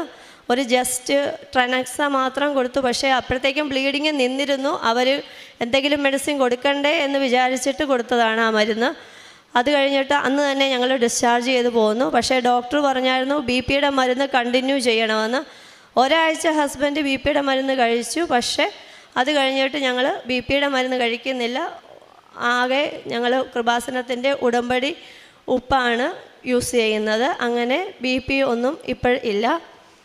മൂന്നാമതായിട്ട് ഉള്ളതെന്ന് പറയാനായിട്ട് എൻ്റെ 2 മക്കളും അവിടെ ഇന്ത്യൻ സ്കൂൾ നിസ്വയിലാണ് പഠിക്കുന്നത്. അവിടെ സ്കൂളിൽ വെച്ചിട്ട് 2 പേരും കഴിഞ്ഞതിൻ്റെ മുമ്പത്തെ വർഷം ഇവൻ 3ാം ക്ലാസ്സിൽ പഠിക്കുമ്പോൾ ഇവനും കഴിഞ്ഞ വർഷം ഇവനും വീണു മൂക്കിടിച്ചാണ് വീണത്. മൂക്കിടിച്ച് വീണിട്ട് ബ്ലീഡിങ് ആയി, ഫുൾ സ്വെല്ലിങ് ആയി. പക്ഷേ ഇവനെ ഹോസ്പിറ്റലിൽ കൊണ്ടുപോയായിരുന്നു. പക്ഷേ ഒന്നും മരുന്നൊന്നും കൊടുത്തില്ല. ഞങ്ങൾ വീട്ടിൽ കൊണ്ടുവന്ന് മാതാവിൻ്റെ തൈലവും ഉപ്പും യൂസ് ചെയ്തിട്ട് ഇവന് പൂർണ്ണമായിട്ട് മൂക്കിന് സൗഖ്യം സാധിച്ചു. അതുപോലെ തന്നെ കുഞ്ഞിനും അതുപോലെ തന്നെ വീണായിരുന്നു. മൂക്ക് നല്ലതായിട്ട് സ്വെല്ലിങ് ആയായിരുന്നു. പക്ഷേ ഹോസ്പിറ്റലിൽ പോലും കൊണ്ടുപോകാതെ തന്നെ ഞങ്ങൾ അവനും തൈലം പുരട്ടി ഉപയോഗിച്ചതിൻ്റെ ഫലമായി രോഗസൗഖ്യം സാധിച്ചു. അടുത്ത രോഗസൗഖ്യം എന്ന് പറയുന്നത് എൻ്റെ കൊച്ചിൻ്റെ അരിമ്പാറയുടെ ഇതാണ്. അരിമ്പാറ അതുപോലെ തന്നെ ഉടമ്പടി തൈലം യൂസ് ചെയ്തതിൻ്റെ ഫലമായി സാധിച്ചു. ഞങ്ങൾ ഒമാനിൽ ചെന്നിട്ട് 2024 ലീവ് കഴിഞ്ഞ് ചെന്നിട്ട് ഞങ്ങൾക്ക് 2022 ഒക്ടോബറിൽ പോയതുകൊണ്ട് ഞങ്ങൾക്ക് കാറൊന്നും വാങ്ങണമെന്നുള്ള ഒരു ഇതൊന്നുമില്ലായിരുന്നു, തീരുമാനമൊന്നുമില്ലായിരുന്നു. പക്ഷേ എന്തോ മാതാവിൻ്റെ അനുഗ്രഹത്താൽ ഞങ്ങൾ പെട്ടെന്നൊരു കാർ എടുക്കാൻ തീരുമാനിച്ചു. കാർ ഒത്തിരി കളറെല്ലാം നോക്കിയെങ്കിലും ഞങ്ങളുടെ ആഗ്രഹം സിൽവർ ഗ്രേ കളർ തന്നെ കിട്ടണമെന്നായിരുന്നു. അവസാനം മാതാവിൻ്റെ അനുഗ്രഹത്താൽ ഞങ്ങൾക്ക് സിൽവർ ഗ്രേയുടെ മാതാവിൻ്റെ കളർ തന്നെ തന്നു. മാതാവ് അനുഗ്രഹിച്ചു. കാരുണ്യ പ്രവർത്തികളായിട്ട് ഞങ്ങൾ ചെയ്യുന്നതെന്ന് പറഞ്ഞാൽ ഞങ്ങൾ കൃപാസനം പത്രം ഇവിടുന്ന് മേടിച്ചുകൊണ്ട് പോകും. മേടിച്ചുകൊണ്ട് പോയിട്ട് അവിടെയും കൊടുക്കും. ഇവിടെയും പോകുന്നതിന് മുന്നേ, ലീവിന് പോകുന്നതിന് മുന്നേ ഇവിടെ ഞങ്ങൾ കൊടുത്തു തീർക്കും. അവിടെ ചെന്നിട്ട് ആണേലും ഞങ്ങൾ ഇവിടുന്ന് നാട്ടിൽ ആരൊക്കെ ലീവിന് വരുന്നുണ്ടോ അവരെ കൊണ്ടൊക്കെ ഞങ്ങൾ ഇടയ്ക്കിടയ്ക്ക് ഇവിടെ കൃപാസനത്തിൽ പോകുന്ന എൻ്റെ ഫ്രണ്ട്സ് കുറേ പേരുണ്ട്. അവരെ കൊണ്ട് ഉടമ്പടി പത്രം മേടിപ്പിക്കും, കാശുരൂപം മേടിപ്പിച്ച് കൊടുക്കാറുണ്ട്. പിന്നെ ഉപ്പ് വേണ്ടവർക്ക് ഉപ്പ് ഞാൻ വാങ്ങിച്ച് രോഗസൗഖ്യങ്ങൾക്ക് വേണ്ടിയിട്ട് കൊടുക്കാറുണ്ട്. അങ്ങനെ രോഗസൗഖ്യം ഉണ്ടായിട്ടുണ്ട്. പിന്നെ കാരുണ്യ പ്രവൃത്തിയായിട്ട് പിന്നെ ചങ്ങനാശ്ശേരിയിൽ ഒരു പിള്ളേരെ നോക്കുന്ന സ്ഥലത്ത് പൈസ ഞങ്ങൾ എല്ലാ മാസവും അയച്ചു കൊടുക്കാറുണ്ട്. ആത്മീയ ജീവിതത്തിൽ ഞങ്ങൾക്കുണ്ടായ മാറ്റമെന്ന് പറഞ്ഞു കഴിഞ്ഞാൽ ഞങ്ങൾ കുടുംബ പ്രാർത്ഥന എന്നും ചെയ്യാറുണ്ട്. ഡെയിലി എല്ലാ ദിവസവും ഓൺലൈനിൽ കുർബാന കൂടി. ഞങ്ങൾക്ക് അവിടെ എന്നും കുർബാനയില്ല. അതുകൊണ്ട് ഉള്ള ദിവസങ്ങളിലൊക്കെ ലീവ് അഡ്ജസ്റ്റ് ചെയ്ത് പോകാറുണ്ട്. അതുപോലെ തന്നെ ഓൺലൈനിൽ പക്ഷേ എന്നും ഞങ്ങൾ കുർബാന കൂടും. കുടുംബ പ്രാർത്ഥനകൾ ചെയ്യാറുണ്ട്. ഡെയിലി ബ്രെഡ് എല്ലാ ദിവസവും കൂടും. എന്നിട്ട് സാധാരണ രാവിലെ എഴുന്നേൽക്കുമ്പോൾ തന്നെ ആദ്യം തന്നെ ഡെയിലി ബ്രെഡ് കൂടിയിട്ടേ കാര്യങ്ങൾ നടത്താറുള്ളൂ. ഉടമ്പടി ധ്യാനം എല്ലാ ആഴ്ചയിലും കൂടും. ഡ്യൂട്ടി ആണെന്നുണ്ടെങ്കിൽ വന്നു കഴിഞ്ഞിട്ട് ഉടനെ തന്നെ കൂടാറുണ്ട്. ആ ആഴ്ച തന്നെ കൂടി തീരാനായിട്ട് ശ്രമിക്കാറുണ്ട്. പിന്നെ മാതാവിൻ്റെ സാന്നിധ്യം എനിക്ക് 2 പ്രാവശ്യം മെഴുകുതിരിയിൽ മാതാവിൻ്റെ സാന്നിധ്യം അനുഭവിച്ചിട്ടുണ്ട്. എല്ലാ അനുഗ്രഹങ്ങൾക്കും മാതാവിന് നന്ദി പറയുന്നു. ഈ മരണം വരെ ഉടമ്പടിയിൽ ജീവിക്കാനായിട്ട് എന്നെയും എൻ്റെ കുടുംബത്തെയും അനുഗ്രഹിക്കണമേ എന്ന് ഞാൻ പ്രാർത്ഥിക്കുന്നു. യേശുവേ നന്ദി, യേശുവേ സ്തോത്രം. കർത്താവ് അവന് രോഗശൈലിയിൽ ആശ്വാസം പകരും. അവിടുന്ന് അവന് രോഗശാന്തി നൽകും. സങ്കീർത്തനം 41 3-ാം വചനം. ദൈവത്തിൻ്റെ കരുണയും പരിപാലനയും വളരെ സുന്ദരമായി ഈ വചനത്തിൽ പറയുന്നത്. കർത്താവ് രോഗശൈലിയിൽ ആശ്വാസം പകരുന്ന ഒരു കർത്താവാണ്. സൗമ്യയുടെ സാക്ഷ്യത്തിൽ നമുക്ക് മനസ്സിലാകുന്നത് എല്ലാ രോഗങ്ങൾക്കും, ഹസ്ബൻഡിൻ്റെ രോഗമായാലും മക്കളുടെ രോഗമായാലും എല്ലാത്തിനും ഈശോയുടെയും അമ്മയുടെയും തീഷ്ണതയോടുകൂടി അമ്മയോട് പ്രാർത്ഥിക്കുകയും ഉടമ്പടി വസ്തുക്കളായ ഉടമ്പടി തൈലവും ഉടമ്പടി ഉപ്പും വിശ്വാസ പ്രമാണം ചൊല്ലി പ്രാർത്ഥിച്ചതിൻ്റെ ഫലമായിട്ട് രോഗസൗഖ്യം ലഭിച്ചതായിട്ടാണ് സാക്ഷ്യപ്പെടുത്തുന്നത്. ഈ മകൾ തന്നെ പറഞ്ഞു, ഞാൻ ആദ്യമായിട്ട് കൃപാസനത്തിൽ വരുന്നത് തന്നെ ആലപ്പുഴയിൽ മടിയിൽ വളർന്ന ഒരു മകളാണ്. പക്ഷേ ഒമാനിൽ ചെന്നപ്പോൾ അക്രൈസ്തവയായ ഒരു സഹോദരി നേഴ്സാണ്, കൂടെ വർക്ക് ചെയ്യുന്ന നേഴ്സ്. ആ സഹോദരിയുടെ കൃപാസനത്തിലുള്ള രാവിലത്തെയും വൈകുന്നേരത്തെയും പ്രാർത്ഥന കേട്ടപ്പോൾ ഈ മകൾക്കും കൃപാസനത്തെ പറ്റി അറിയാനും ഇവിടെ വന്ന് ഉടമ്പടി എടുക്കുവാനും ഉള്ള കൂടുതൽ താല്പര്യമായി എന്നാണ് സാക്ഷ്യപ്പെടുത്തുന്നത്. നമ്മൾ ചെല്ലുന്ന ഓരോ പ്രാർത്ഥനയും നമ്മൾ കൊടുക്കുന്ന ഓരോ പത്രവുമാണ് മറ്റു വ്യക്തികളുടെ ജീവിതത്തിൽ പുതിയ വഴിതിരിക്കുന്നത്. ആ ക്രൈസ്തവയായ മകളുടെ പ്രാർത്ഥന കണ്ടതുകൊണ്ടാണ് ഇന്ന് സൗമ്യ പരിശുദ്ധമ്മയുടെ പ്രത്യക്ഷീകരണത്തിൻ്റെ സാക്ഷിയായിട്ട് അമ്മയുടെ സന്നിധിയിൽ വന്നിരിക്കുന്നത്. നമ്മുടെ ഏതൊക്കെ അവസ്ഥകളിലായിരിക്കാം, ജീവിതത്തിലെ രോഗാവസ്ഥയിലും പ്രശ്നങ്ങളിലും സാമ്പത്തിക ബുദ്ധിമുട്ടുകളിൽ കടബാധ്യതകളിൽ ഏതെങ്കിലും അവസ്ഥയിലായാലും ഉടമ്പടിയിൽ നമുക്ക് ഓർമ്മിക്കാം, നാം ഒറ്റയ്ക്കല്ല, ദൈവം നമ്മോടൊപ്പമുണ്ട്. അവിടുന്ന് നമ്മെ കൈപിടിച്ച് ഉയർത്തും. നമ്മെ കൈപിടിച്ച് ആ ഈശോയിലേക്ക് കൊണ്ടുപോകുന്നത് കൃപാസനം അമ്മയാണ്. ആ അമ്മയുടെ സാന്നിധ്യമാണ് നമ്മുടെ കൂടെ എപ്പോഴും ഉള്ളത്. നമ്മുടെ ദുർബലതകളിൽ താങ്ങുന്ന ദൈവം, ആശ്വസിപ്പിക്കുന്ന ദൈവം, രോഗത്തിലും വിഷമത്തിലും സുഖപ്പെടുത്തുന്ന ദൈവം. ആ ദൈവകൃപയിൽ വിശ്വസിച്ച് നമ്മുടെ ജീവിതവും പ്രത്യേകിച്ചും ഉടമ്പടി ജീവിതം കൂടുതൽ തീഷ്ണതയോടെ കൂടുതൽ ആത്മാർത്ഥതയോടെ മുന്നോട്ട് നയിക്കുവാൻ ഈശോയും അമ്മയും നമ്മെ അനുഗ്രഹിക്കട്ടെ എന്ന് പ്രാർത്ഥിക്കാം. സൗമ്യ ട്രീസായ്ക്കും കുടുംബത്തിന് ലഭിച്ച എല്ലാ അനുഗ്രഹങ്ങൾക്കും നമ്മൾക്ക് കരങ്ങളടിച്ച് ദൈവത്തെ തന്നെ പരിശുദ്ധ അമ്മയുടെ പ്രത്യക്ഷീകരണത്തിൻ്റെ സ്ഥിരം സാക്ഷിയാക്കി എന്നെയും എൻ്റെ കുടുംബത്തിനെയും ഉയർത്തിയതിന് ഈശോയ്ക്കും പരിശുദ്ധ അമ്മയ്ക്കും കോടാനുകോടി നന്ദി അർപ്പിക്കുന്നു. എൻ്റെ പേര് ഡെസ്മണ്ട് ജെ തരകൻ. ഞാൻ കറുകുറ്റി സെൻറ്റ് സേവേഴ്സ് ഫോറൈൻ ചർച്ചിൽ നിന്നാണ് വരുന്നത്. 2024 സെപ്റ്റംബർ 22 എൻ്റെ മകൻ ICUവിലായി ക്രിട്ടിക്കലായിരിക്കുന്ന സമയത്ത് എൻ്റെ സുഹൃത്തുക്കളും അയൽവക്കക്കാരും പറഞ്ഞതനുസരിച്ചാണ് കൃപാസനത്തിൽ ഞാൻ വരുന്നത്. അതിനുശേഷം മകന് ICUവിൽ നിന്ന് സൗഖ്യം ലഭിക്കുകയും ചെയ്തു. പണ്ട് മുതലേ കൃപാസനത്തിൽ വരണമെന്ന് ആഗ്രഹിച്ചിരുന്നെങ്കിലും പലരും അത് നിനക്ക് ചെയ്യാൻ പറ്റുന്നൊരു കാര്യമല്ല എന്ന് പറഞ്ഞ് നിരുത്സാഹപ്പെടുത്തിയെങ്കിലും ദൈവം എന്നെ ഇതിലൂടെ കൃപാസനത്തിൽ എത്തിക്കുകയായിരുന്നു. പരിശുദ്ധ അമ്മയുടെ സന്നിധിയിൽ ഉടമ്പടി ചെയ്തതിന് ശേഷം പരിശുദ്ധ അമ്മ പ്രത്യക്ഷപ്പെട്ട സ്ഥലത്ത് നിൽക്കുമ്പോൾ തന്നെ എനിക്ക് സുഗന്ധാഭിഷേകം ഉണ്ടാവുകയും അതെന്നെ വളരെ സന്തോഷിപ്പിക്കുകയും ചെയ്തു. പിന്നീട് വീട്ടിലെത്തിയപ്പോൾ മുതൽ തൈലം പുരട്ടി, എൻ്റെ മുട്ടിന് ലിഗമെൻ്റ് കംപ്ലീറ്റ് ടയറായിരുന്നു. അപ്പോൾ തൈലം പുരട്ടി പ്രാർത്ഥിച്ചിരുന്നു. അപ്പോൾ ഒരു സർജറി ഉടനെ പറഞ്ഞിട്ടുണ്ടായിരുന്നു. അതിനുശേഷം ഒരു 2 ആഴ്ച ഗ്യാപ്പ് എടുത്തു. തൈലം പുരട്ടി പ്രാർത്ഥിച്ചു. അതിനുശേഷം MRI ചെയ്തപ്പോൾ കുറച്ച് പാർഷ്യൽ ടയറായിട്ട് അത് കുറഞ്ഞിട്ടുണ്ടായിരുന്നു. പിന്നീട് അതിൻ്റെ സർജറി ചെയ്തിട്ടില്ല. പിന്നെ പലപ്പോഴും ഒരു പ്രാവശ്യം ഒരു ഫയർ വർക്ക്സ് ചെയ്തുകൊണ്ടിരിക്കുന്ന സമയത്ത് പെട്ടെന്ന് ഓടി രക്ഷപ്പെടാൻ ശ്രമിച്ചപ്പോൾ കാലിൻ്റെ മുട്ട് വീണ്ടും ഒരു സബ്ലക്സേഷൻ പോലെ വരികയും മുട്ട് മടങ്ങി നിവർത്താൻ പറ്റാത്ത അവസ്ഥയിലാവുകയും ചെയ്തു. അപ്പോൾ പെട്ടെന്ന് ഭയങ്കര വേദന വന്ന കട്ടിൽ കിടന്ന സമയത്ത് തൈലം പുരട്ടാനായിട്ടുള്ള തോന്നലുണ്ടാവുകയും തൈലം പുരട്ടി പ്രാർത്ഥിക്കുകയും ചെയ്തപ്പോൾ മാതാവ് തന്നെ എന്നോട് കമിഴ്ന്ന് കിടക്കാനും കാല് മടക്കാനായിട്ട് ഫ്ലക്ഷൻ ചെയ്യാനായിട്ട് പറഞ്ഞു. അങ്ങനെ ചെയ്തപ്പോൾ തന്നെ ഒരു ഒച്ചയോടുകൂടി ആ കാല് ശരിയാവുകയും ആ വേദന അപ്പം തന്നെ മാറുകയും ചെയ്തു.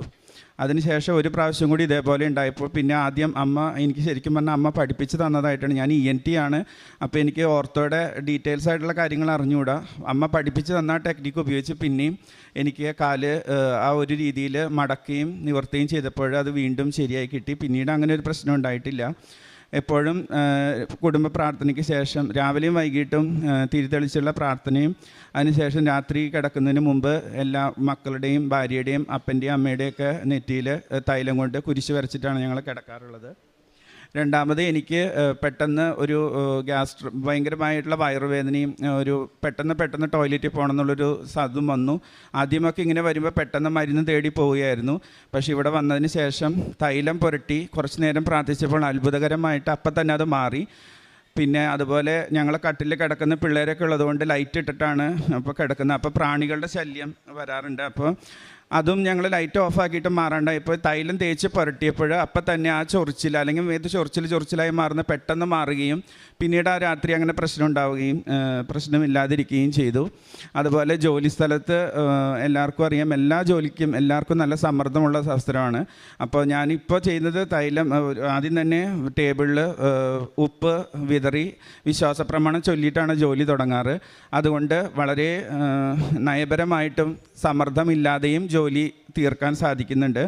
അതുപോലെ രോഗികളുടെ ഇപ്പോൾ ഒരു ഓപ്പറേഷൻ തിയേറ്ററിലായാലും 12 പ്രൊസീജിയേഴ്സൊക്കെ ഉള്ള സമയത്ത് ഞാൻ പിന്നെ ഉപ്പ് അവിടെ വിതറി വിശ്വാസപ്രമാണം ചൊല്ലിയിട്ട് പ്രാർത്ഥിക്കുന്നതിൻ്റെ ഫലമായിട്ട് ആരോ എന്നെ വേഗത്തിൽ ചെയ്യാനായിട്ട് എന്നെക്കൊണ്ട് ചെയ്യിക്കുന്നതായിട്ട് തോന്നുകയും 12 വളരെ സമയ ചുരുക്കത്തിൽ ആ ഇതെല്ലാം ചെയ്ത് തീർക്കാനും, അതുപോലെ വർഷങ്ങൾക്ക് മുമ്പ് പഠിച്ച കാര്യങ്ങൾ പോലും ഓർത്തെടുത്ത് വളരെ പെട്ടെന്ന് സർജറി ചെയ്യാനും, അതുപോലെ രോഗികൾക്ക് എന്തെങ്കിലും കോംപ്ലിക്കേഷൻ ഉണ്ടാകുമ്പോൾ ധൈര്യത്തോടുകൂടി നേരിടാനും എന്നെ മാതാവ് സഹായിച്ചു. ഞാൻ മാതാവിൻ്റെ ഒരു തെളിവ്, എന്നെ മാതാവ് ആദ്യം സുഗന്ധാഭിഷേകത്തിലൂടെ എന്നെ അറിയിച്ചെങ്കിലും എനിക്ക് ഇപ്പോഴും ഞാൻ പ്രാർത്ഥിച്ചിരുന്നു, മാതാവ് എന്നോട് നേരിട്ട് ഒന്ന് ഇടപെടണമെന്ന് ഞാൻ ആഗ്രഹിച്ചിരുന്നു. അപ്പം ഞാൻ മെഴുകുതിരി കത്തിച്ച് പ്രാർത്ഥിക്കുന്ന സമയത്ത് തിരുനാളിൻ്റെ ആ അടുത്ത ദിവസങ്ങളിൽ തിരുഹൃദയത്തിലെ അഗ്നി കത്തുന്നത് പോലെ ആ മെഴുകുതിരിയിൽ വന്നിരുന്നു. പിന്നെ വിമല ഹൃദയ തിരുനാളിൻ്റെ അന്ന് പ്രാർത്ഥിച്ചുകൊണ്ടിരിക്കുമ്പോൾ അതിൽ നിന്ന് ഒരു മെഴുകുതിരിയുടെ പീസ് ഉരുകി വീഴാതെ അതിങ്ങനെ തെറിച്ച് വീണു. അതിൽ നോക്കുമ്പോൾ അത് ഹാർട്ടിൻ്റെ ഷേപ്പായിരുന്നു. അപ്പോൾ എനിക്ക് അതിലൂടെ മാതാവ് എന്നോട് വിമല ഹൃദയത്തോട് ഒരുപാട് അടുപ്പിക്കുന്നതായിട്ടും മാതാവിനോടുള്ള ഭക്തി എന്നിൽ നിന്ന് ഒരുപാട് ആഗ്രഹിക്കുന്നുണ്ടെന്നും എനിക്ക് മനസ്സിലായി. അതിനുശേഷം പലപ്പോഴും പ്രാർത്ഥിക്കുന്ന മാതാവ് നീല മെഴുകുതിരിയിൽ വരാറുണ്ട്.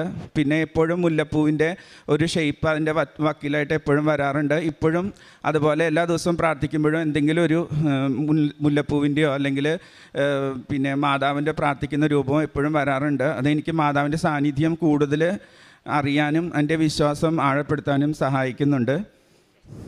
പ്രേക്ഷിത പ്രവർത്തനമായിട്ട് ഞാൻ എല്ലാ മാസവും ഇവിടെ വന്ന് പത്രങ്ങൾ വാങ്ങിക്കൊണ്ടുപോകാറുണ്ട്. എനിക്ക് പഠിക്കുന്ന കാലത്ത് ഹിന്ദിക്കാർ കൂടെയുള്ളത് കൊണ്ട് തന്നെ ഹിന്ദി പത്രങ്ങളും ബംഗാളി പത്രങ്ങളാണ് ഞാൻ വാങ്ങിക്കൊണ്ടുപോകാറ്. അവരോട് ഹിന്ദിയിലും സംസാരിച്ചിട്ട് അവർക്ക് ആവശ്യമായിട്ടുള്ള വിശ്വാസം പകർന്നു കൊടുക്കാനായിട്ട് ശ്രമിക്കുന്നുണ്ട്. പിന്നെ കാരുണ്യ പ്രവർത്തികളായിട്ട് ആർക്കെങ്കിലും ഭക്ഷണം, എന്ത് ആവശ്യം നമ്മൾ പുറത്തിറങ്ങുമ്പോൾ ആരെങ്കിലും വന്ന് നമ്മളോട് ചോദിക്കുമ്പോൾ ആരോടും നോ പറയാറില്ല. അവർക്ക് പറ്റുന്ന സഹായം ഭക്ഷണം കൊടുക്കുകയും അതുപോലെ വസ്ത്രമില്ലാതെ ആളുകൾ ചോദിക്കുമ്പോൾ അവർക്ക് പൈസ കൊടുത്ത് വസ്ത്രം വാങ്ങാനായിട്ട് സഹായിക്കാറുണ്ട്. അതുപോലെ വൃദ്ധസദനങ്ങളിൽ പോയിട്ട് എല്ലാ മാസവും ഫ്രീ ആയിട്ട് അവരെ ശുശ്രൂഷിച്ച് അവർക്ക് മരുന്ന് എഴുതി കൊടുക്കുക. അതുപോലെ എല്ലാ മാസവും പാലിയേറ്റീവ് യൂണിറ്റിലേക്കും വൃദ്ധസദനത്തിലേക്കും സാമ്പത്തിക സഹായം ചെയ്യുകയും എല്ലാം ചെയ്യുന്നുണ്ട്. ആത്മീയ ജീവിതം എല്ലാ ദിവസവും കുർബാന കാണും കുടുംബമായിട്ട്. അതുപോലെ 2 ആഴ്ചയിൽ ഒരിക്കലെങ്കിലും കുമ്പസാരിക്കും. എല്ലാ ദിവസവും കുടുംബ പ്രാർത്ഥന, ജപമാല, അതുപോലെ പിന്നെ മെഴുകുതിരി കത്തിച്ചുള്ള പ്രാർത്ഥനകളെല്ലാം ഉണ്ട്. ഈ കൃപാസനത്തിൽ വന്ന് മാതാവിനോട് പ്രാർത്ഥിക്കുന്നതിൻ്റെ ഫലമായിട്ട് കുട്ടികൾക്ക് എന്തെങ്കിലും രോഗം വരുമ്പോൾ നമുക്ക് ഉടനെ തന്നെ തൈലം തേച്ച് പ്രാർത്ഥിക്കാൻ, അത് ഉടനെ ഡോക്ടറോട് വിളിച്ച് ചോദിക്കേണ്ട, ഫ്രണ്ട്സിനോട് വിളിച്ച് ചോദിക്കാതെ ആദ്യമേ തൈലം തേച്ച് പുരട്ടി, അങ്ങനെ ഒരു വലിയൊരു ശക്തി, നമുക്കൊരു പ്രതീക്ഷ എപ്പോഴും ഞങ്ങളുടെ കുടുംബത്തിലുണ്ട്. അച്ഛൻ്റെ ധ്യാനം ചൊവ്വാഴ്ച ദിവസങ്ങളിൽ ആ സമയത്ത് തന്നെ കൂടാൻ പറ്റിയില്ലെങ്കിലും പോകുകയും വഴികുകയും ചെയ്യുന്ന സമയത്തും സമയം കിട്ടുമ്പോൾ വൈകിട്ടായിട്ടും അച്ഛൻ്റെ ധ്യാനം എല്ലാ ചൊവ്വാഴ്ചയും കൂടാറുണ്ട്. ഡെയിലി ബ്രെഡ് എല്ലാ ദിവസവും കൂടാറുണ്ട്. ബൈബിൾ അരമണിക്കൂറെങ്കിലും വായിക്കാറുണ്ട്. അതിലൂടെ ഒരുപാട് വ്യത്യാസം ജീവിതത്തിൽ, അനുദിന ജീവിതത്തിൽ, വിശ്വാസത്തിൽ മുന്നേറാനായിട്ട് സഹായിച്ചിട്ടുണ്ട്. എല്ലാം തന്ന ദൈവത്തിനും ഈശോയ്ക്കും പരിശുദ്ധ അമ്മയ്ക്കും കോടാനുകോടി നന്ദി. നീർച്ചാലിനരികെ നട്ടതും യഥാകാലം ഫലം നൽകുന്നതും ഇല കൊഴിയാത്തതുമായ വൃക്ഷം പോലെയാണ് അവൻ. അവൻ്റെ പ്രവൃത്തികൾ സഫലമാകുന്നു. സങ്കീർത്തനം 1:3 കൃപാസനം ഉടമ്പടിയിൽ വിശ്വസ്തയോടെ പ്രാർത്ഥിക്കുമ്പോൾ ദൈവവചനത്തിൽ ഉറച്ചു നിൽക്കുന്നവർ വൃക്ഷം പോലെ ദൈവകൃപയിൽ ശക്തി പ്രാപിക്കുന്നവരായിട്ടാണ് നാം ഓരോ ഉടമ്പടി സാക്ഷ്യങ്ങളിൽ നിന്ന് മനസ്സിലാക്കാൻ സാധിക്കുന്നത്. കാത്തിരിക്കുന്ന സമയത്തും നമ്മെ പോഷിപ്പിക്കുന്ന ഒരു ദൈവമാണ് നമ്മുടെ കൂടെയുള്ളത്. തക്ക സമയത്ത് അവരുടെ ജീവിതത്തിൽ അനുഗ്രഹങ്ങളും ആത്മീയ ഫലങ്ങളും വിരിവിപ്പിക്കുന്ന ഒരു ദൈവം. ഡോക്ടർ ഡെസ്മൻ എന്ന സഹോദരൻ്റെ സാക്ഷ്യത്തിൽ ബീയിങ് എ ഡോക്ടറായിരിക്കെ മകൻ ഐസിയുവിലായിരുന്നപ്പോൾ കൂട്ടുകാരോട് ചോദിച്ചു, പ്രാർത്ഥിക്കുവാനായിട്ടാണ് ഫോൺ വിളിച്ചത്. പക്ഷേ പല കൂട്ടുകാരും പറഞ്ഞത് കൃപാസനത്തിൽ പോയി ഉടമ്പടി എടുക്കുക എന്നാണ്. അങ്ങനെ ഡോക്ടർ പ്രാർത്ഥിച്ചു. അതിൻ്റെ ഫലമായിട്ട് മകൻ ഐസിയുവിൽ നിന്ന് ഡിസ്ചാർജായി. അതിൻ്റെ പിറ്റേ ദിവസം തന്നെ പരിശുദ്ധ അമ്മ ജീവനോടെ പ്രത്യക്ഷപ്പെട്ട ഈ ആലയത്തിൽ വന്ന് മരിയൻ ഉടമ്പടി എടുത്തു. അന്നു മുതൽ ഇന്ന് വരെ ഉടമ്പടിയിൽ ഇന്ന് 3ാമത്തെ പുതുക്കൽ കഴിഞ്ഞ് പരിശുദ്ധ അമ്മയുടെ സന്നിധിയിൽ അമ്മയുടെ സാക്ഷിയായിട്ട്, അമ്മയുടെ പ്രത്യക്ഷീകരണത്തിൻ്റെ സാക്ഷിയായിട്ടാണ് ഇന്ന് ഡോക്ടർ വന്നിരിക്കുന്നത്. ഡോക്ടർ പറഞ്ഞതുപോലെ കാലിൻ്റെ കുഴ തെറ്റി ഡോക്ടർ പറഞ്ഞത് സർജറി ചെയ്യണമെന്നാണ്. പക്ഷെങ്കിൽ ഡോക്ടർ തൈലം തേച്ച് പ്രാർത്ഥിച്ചു, വിശ്വാസ പ്രമാണം ചൊല്ലി. അത് പ്രാർത്ഥിച്ചതിൻ്റെ ഫലമായിട്ട് തന്നെയാണ് ഡോക്ടറിന് ഒരു ഉള്ളിൽ നിന്ന് തന്നെ ഒരു ഉൾപ്രേരണയാണ്. ഡോക്ടർ ആക്ച്വലി ENT ഡോക്ടറാണ്. ഓർത്തോയെ പറ്റി അധികം നോളജ് ഇല്ല എങ്കിലും ഉള്ളിൽ നിന്ന് വന്ന ഉൾപ്രേരണയോടുകൂടി കിടന്നപ്പോൾ പരിശുദ്ധാമ്മ പറഞ്ഞു കൊടുക്കുന്നത് പോലെ കമിഴ്ന്ന് കിടന്ന് മുട്ട് മടക്കുവാനായിട്ടാണ് ഈ ഡോക്ടറിന് ഒരു പ്രചോദനം ലഭിച്ചത്. അതിന് പ്രകാരം ഡോക്ടർ ചെയ്യുകയും ഉടമ്പടി തൈലം തേച്ച് പ്രാർത്ഥിച്ചതിൻ്റെ ഫലമായിട്ട് ഇന്ന് വരെ ഒരു കുഴപ്പവുമില്ല. ആ ടെക്നിക്ക് അമ്മ തന്നെയാണ് പഠിപ്പിച്ചു തന്നതെന്നാണ് ഡോക്ടർ ഇവിടെ സാക്ഷ്യപ്പെടുത്തുന്നത്. പിന്നീട് ജോലി സ്ഥലത്തുണ്ടായിരുന്ന തടസ്സങ്ങളാണ്. അവിടെയെല്ലാം ഡോക്ടർ പറയുന്നത് ആരോ എന്നെ ചെയ്യിപ്പിക്കുന്നു എന്നാണ്. സമയച്ചുരുക്കത്തിൽ സർജറിയൊക്കെ ചെയ്യുവാൻ സാധിക്കുന്നു. പല കാര്യങ്ങളും പല വർഷങ്ങൾക്ക് മുൻപേ പഠിച്ചതാണ്. പക്ഷെങ്കിൽ ഇപ്പോൾ പുതിയതായിട്ടെല്ലാം ഓർമ്മയിൽപ്പെടുത്തുന്നു. അത് പുതിയ ടെക്നിക്സുകൾ അപ്ഡേറ്റ് ചെയ്യാൻ സാധിക്കുന്നു. ധൈര്യപൂർവ്വം സർജറി ചെയ്യുവാൻ സാധിക്കുന്നു. ഇതെല്ലാം പരിശുദ്ധ അമ്മയുടെ ഉടമ്പടി എടുത്തതിന് ശേഷം ഈശോയുടെ അമ്മയുടെ സാന്നിധ്യത്തിലൂടെയാണ്. സമയ ചുരുക്കത്തിൻ്റെ അമ്മയുടെ ഇടപെടലിലൂടെ സർജറികളൊക്കെ പെട്ടെന്ന് സക്സസ്ഫുള്ളായിട്ട് കംപ്ലീറ്റ് ആവാനായിട്ട് സാധിക്കുന്നു എന്നാണ് ഡോക്ടർ ഇവിടെ സാക്ഷ്യപ്പെടുത്തുന്നത്. ഈശോയുടെ അമ്മയുടെ സാന്നിധ്യമുള്ളപ്പോൾ ഈ ഡോക്ടർ ജോലിക്ക് പോകുമ്പോഴും തൈലം തേച്ച് പ്രാർത്ഥിച്ച് വിശ്വാസ പ്രമാണം ചൊല്ലി ഓരോ രോഗികളോടും ഇടപെടുന്നത്. അതുകൊണ്ട് തന്നെയാണ് ആ മാതാവിൻ്റെ ഇടപെടൽ തന്നെയാണ് മറ്റുള്ളവരോട് ഇടപെടുവാൻ സാധിക്കുകയും അവിടെയൊക്കെ ഈശോയുടെയും അമ്മയുടെയും സാന്നിധ്യം മറ്റുള്ളവർക്ക് ഷെയർ ചെയ്യാൻ സാധിക്കുകയും ചെയ്തത്. പിന്നീട് ഡോക്ടർ പറഞ്ഞ വയറിളക്കം എന്തസുഖം വന്നാലും ഉടമ്പടി തൈലം തേച്ച്, ആദ്യമൊക്കെ നേരത്തെ ഡോക്ടർ പോകുന്നത് മരുന്ന് കഴിക്കാനായിരുന്നു. പക്ഷെങ്കിൽ ഇപ്പോൾ ആദ്യം എടുക്കുന്നത് ഉടമ്പടി തൈലം എന്നാണ്. ബീങ് എ ഡോക്ടർ നമുക്കറിയാം, ഡോക്ടേഴ്സ് ആദ്യം പോകുന്ന മരുന്നിന് വേണ്ടി പ്രൊഫഷണലാണ്. പക്ഷെങ്കിൽ ഇപ്പോഴും ഉടമ്പടി എടുത്തതിന് ശേഷം ഡോക്ടർ തന്നെയാണ് അത് വെളിപ്പെടുത്തുന്നത്. ഞാൻ ആദ്യമൊക്കെ മരുന്നെടുക്കാൻ പോകുമായിരുന്നു, മരുന്ന് തേടി പോകുമായിരുന്നു. പക്ഷെങ്കിൽ ഇപ്പോൾ ഉടമ്പടി തൈലമാണ് എൻ്റെ മരുന്നെന്നാണ്. വീട്ടിൽ പ്രാണികളുടെ ശല്യമുണ്ടായിരുന്നു. അവിടെയും ഉടമ്പടി ഉപ്പിട്ട് ഉടമ്പടി തൈലം തേച്ച് പ്രാർത്ഥിച്ചതിൻ്റെ ഫലമായിട്ട് അതൊക്കെ അപ്രത്യക്ഷമാവുകയാണ്. ഈശോയുടെ അമ്മയുടെ സാന്നിധ്യം വിശ്വസ്തയോടെ പ്രാർത്ഥിക്കുമ്പോൾ മെഴുകുതിരിയിൽ പോലും പ്രത്യക്ഷമാവുകയാണ്. ഹാർട്ടിൻ്റെ രൂപത്തിലും മുല്ലപ്പൂവിൻ്റെ ഷേപ്പിലുമൊക്കെ അമ്മ നമ്മളോട് കൂടി ഉണ്ട് എന്നുള്ളൊരു ദൈവ സാന്നിധ്യം, അമ്മയുടെ സാന്നിധ്യമാണ് നമുക്ക് രാവിലത്തെയും വൈകുന്നേരത്തെയും പ്രാർത്ഥനയിലൂടെ ആ മെഴുകുതിരിയിലൂടെ നമുക്ക് വെളിപ്പെടുത്തി തരുന്നത്. പത്രങ്ങൾ പ്രേക്ഷിത പ്രവർത്തനമായിട്ട് ചെയ്യുന്നത് ഡോക്ടർ സ്പെഷ്യലായിട്ട് ചെയ്യണത് മലയാളികൾക്ക് മാത്രമല്ല, ഇവിടെ വരുന്ന പുറത്തുനിന്ന് വരുന്ന ജോലി ചെയ്യുന്ന തൊഴിലാളികൾക്ക്, അതായത് ബംഗാളിയും ഹിന്ദിയും ഒക്കെ സംസാരിക്കുന്ന വ്യക്തികൾക്കായിട്ട് ബംഗാളി പത്രവും ഹിന്ദി പത്രവും കൃപാസനം പത്രം മേടിച്ച് അവരോടെല്ലാം വിശദീകരിച്ച് പറഞ്ഞു കൊടുക്കുമെന്നാണ്. അറിയാത്തവരെ അറിയിക്കുവാനും അറിഞ്ഞവരെ ആഴപ്പെടുത്തുവാനുമുള്ള ആ തീഷ്ണത വെറും മലയാളികൾക്ക് മാത്രമല്ല, മറ്റുള്ളവരുടെ കൃപാസനം അമ്മയെപ്പറ്റി അറിയണം, ഈശോയെപ്പറ്റി, ആ ദൈവസ്നേഹത്തെ അടുത്തറിയണമെന്നുള്ള ആഗ്രഹത്തോടെ തീഷ്ണതയോടെയാണ് ഡോക്ടർ ബംഗാളി പത്രവും കൃപാസന പേപ്പറും ഹിന്ദി കൃപാസന പത്രവും മറ്റുള്ളവർക്ക് വേണ്ടി ഷെയർ ചെയ്യുന്നത്. പിന്നീട് കാരുണ്യ പ്രവർത്തികളായിട്ട് ചെയ്യുന്നത് ഫ്രീ ആയിട്ട് പരിശോധനയും വൃദ്ധസാധനത്തിലും പാലിയേറ്റീവ് കെയർ സെൻറ്ററിലൊക്കെ വിസിറ്റ് ചെയ്ത് അവർക്ക് വേണ്ടവിധ സഹായം ചെയ്യുന്നതൊക്കെ ഡോക്ടർ സമയമില്ലെങ്കിൽ പോലും സമയം കണ്ടെത്തി കാരുണ്യ പ്രവർത്തികൾ ഉടമ്പടി നിബന്ധനകൾ പ്രകാരം കാരുണ്യ പ്രവർത്തികളും സ്റ്റാറ്റസ് നോക്കാതെ പത്രം വിതരണം ചെയ്യുന്നത്, അതായത് ബംഗാളികളുടെ ഇടയിലേക്കും ഹിന്ദി സാധാരണ തൊഴിലാളികളുടെ ഇടയിലേക്കാണ് ഡോക്ടർ ബംഗാളി പത്രമായിട്ടും ഹിന്ദി പത്രമൊക്കെ പിടിച്ചുകൊണ്ട് ആ ദൈവസ്നേഹത്തെ അടുത്തറിഞ്ഞ ആ സ്നേഹത്തെ മറ്റുള്ളവർക്ക് ഷെയർ ചെയ്തുകൊണ്ട് അറിയാത്തവരെ അറിയിക്കുവാനായിട്ട് ഡോക്ടർ തിരിയുന്നത്.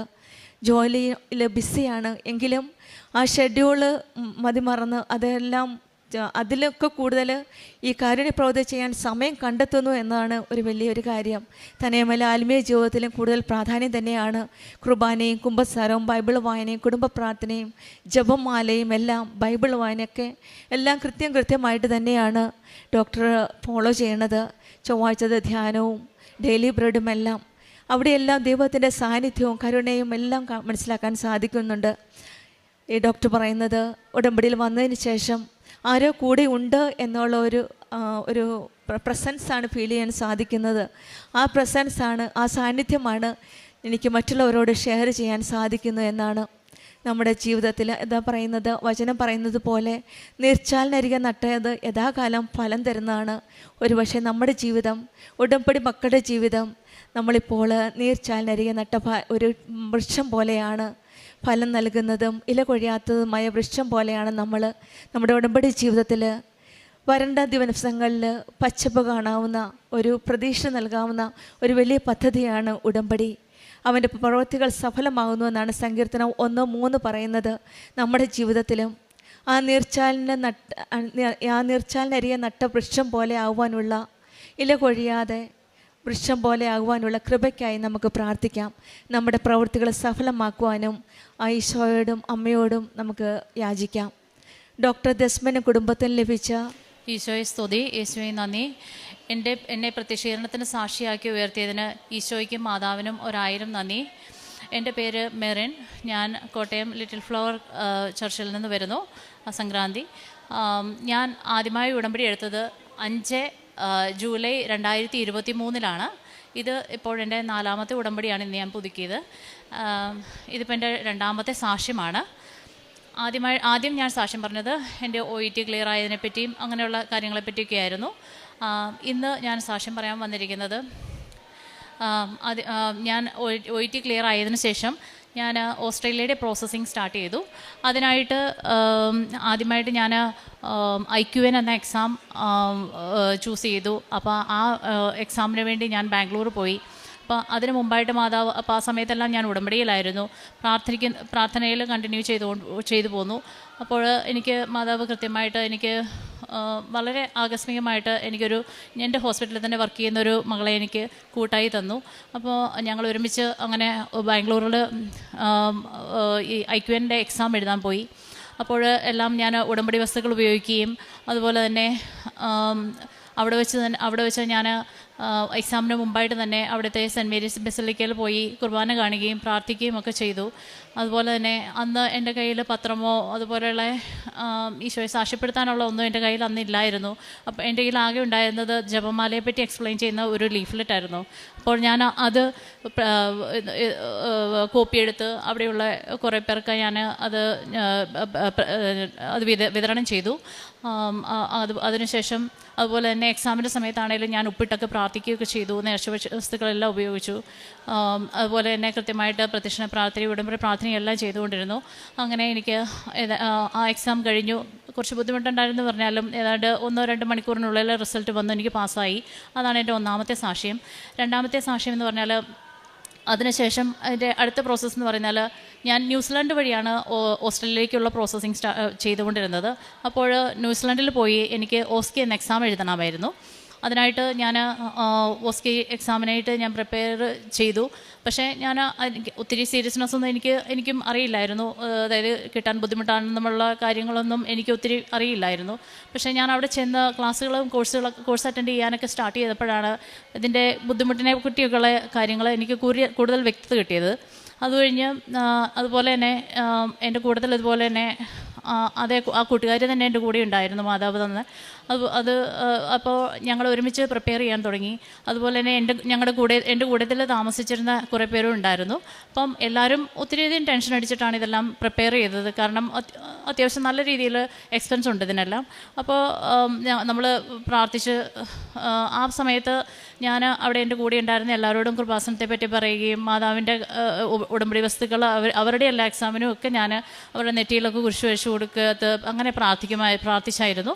അതിനുശേഷം ഞാൻ എക്സാമിനായിട്ട് പോകുന്നതിന് മുമ്പ് തന്നെ എനിക്ക് ആ ഒത്തിരിയധികം ടെൻഷൻ അടിച്ചിരുന്ന ആ സമയങ്ങളിലെല്ലാം ഞാൻ പ്രാർത്ഥിച്ചുകൊണ്ടിരുന്നു. അന്ന് ഒരു ദിവസം ഞാൻ അങ്ങനെ അവിടെ വെച്ച് എനിക്ക് മാതാവിൻ്റെ മഴവിൽ കാണാനായിട്ട് എനിക്ക് സാധിച്ചു. അപ്പോൾ ആ മഴവിൽ കണ്ടപ്പോൾ തന്നെ എനിക്ക് മനസ്സിലായി മാതാവ് കൂടെ ഉണ്ടെന്നുള്ളതും ഈ മാതാവിൻ്റെ ആ ഉടമ്പടി മാതാവിൻ്റെ മുൻപിൽ ചെയ്ത ആ ഉടമ്പടി മാതാവ് ഓർക്കുന്നുണ്ടെന്നുള്ളതും എനിക്ക് മനസ്സിലായി. പൂർണ്ണമായിട്ടത് എനിക്ക് മാതാവിൻ്റെ പ്രത്യേക ഒരു കൃപയായിരുന്നു. അതിനുശേഷം ഞാൻ എക്സാമിനായിട്ട് പോയപ്പോഴേക്ക് അവിടെയാണല്ലോ എല്ലാ എക്സാമിനേഴ്സും ഗ്രേ കളറിലുള്ള ഡ്രസ്സായിരുന്നു ധരിച്ചിരുന്നത്. അതുപോലെ തന്നെ അവിടെ ചെന്നിട്ടാണെങ്കിലും എക്സാം ഓരോ സ്റ്റേഷനും ഭയങ്കര ബുദ്ധിമുട്ടായിരുന്നു എനിക്ക്. ആദ്യത്തെ ഒരു 2 സ്റ്റേഷൻ കഴിഞ്ഞപ്പോൾ തന്നെ നമ്മുടെ കയ്യിൽ നിന്ന് കാര്യങ്ങൾ പോകുന്നതായിട്ട് എനിക്ക് തോന്നി.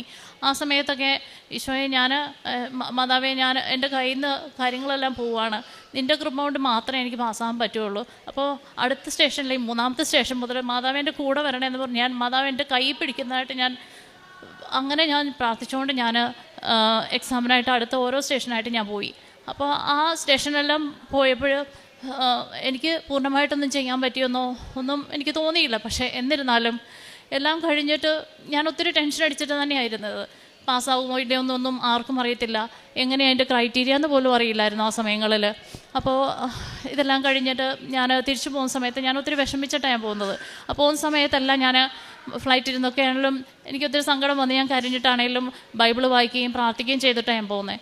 അത് കഴിഞ്ഞ് വന്ന് ഇങ്ങനെ ഞാൻ പ്രാർത്ഥനയിൽ കണ്ടിന്യൂ ചെയ്തു. ഇതെല്ലാം കഴിഞ്ഞ്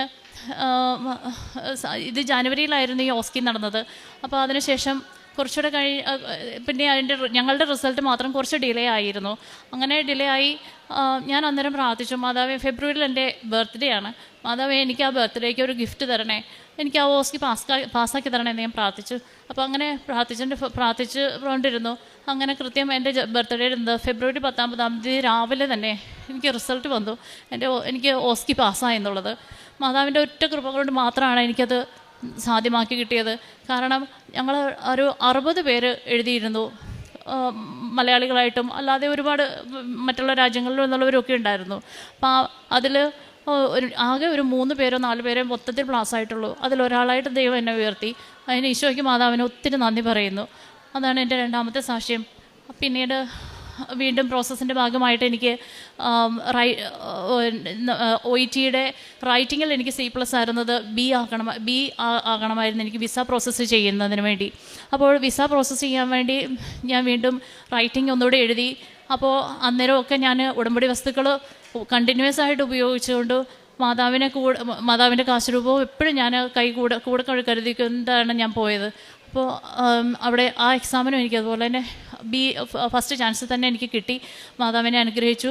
അങ്ങനെ എനിക്ക് ഓസ്ട്രേലിയയുടെ പ്രോസസ്സിങ് ഉടൻ തന്നെ സ്റ്റാർട്ട് ചെയ്യാൻ സാധിച്ചു. അതുപോലെ തന്നെ ന്യൂസിലാൻഡിൻ്റെ രജിസ്ട്രേഷനും കാര്യങ്ങളും എല്ലാം വളരെ സ്മൂത്തായിട്ട് തന്നെ എനിക്ക് ഓസ്ട്രേലിയയിലേക്ക് ട്രാൻസ്ഫർ ചെയ്യാനും അങ്ങനെയുള്ള കാര്യങ്ങളൊക്കെ ചെയ്യാനുള്ള കാര്യങ്ങളെല്ലാം മാതാവ് വളരെ കൃത്യമായിട്ട് വഴിയൊരുക്കി തന്നു.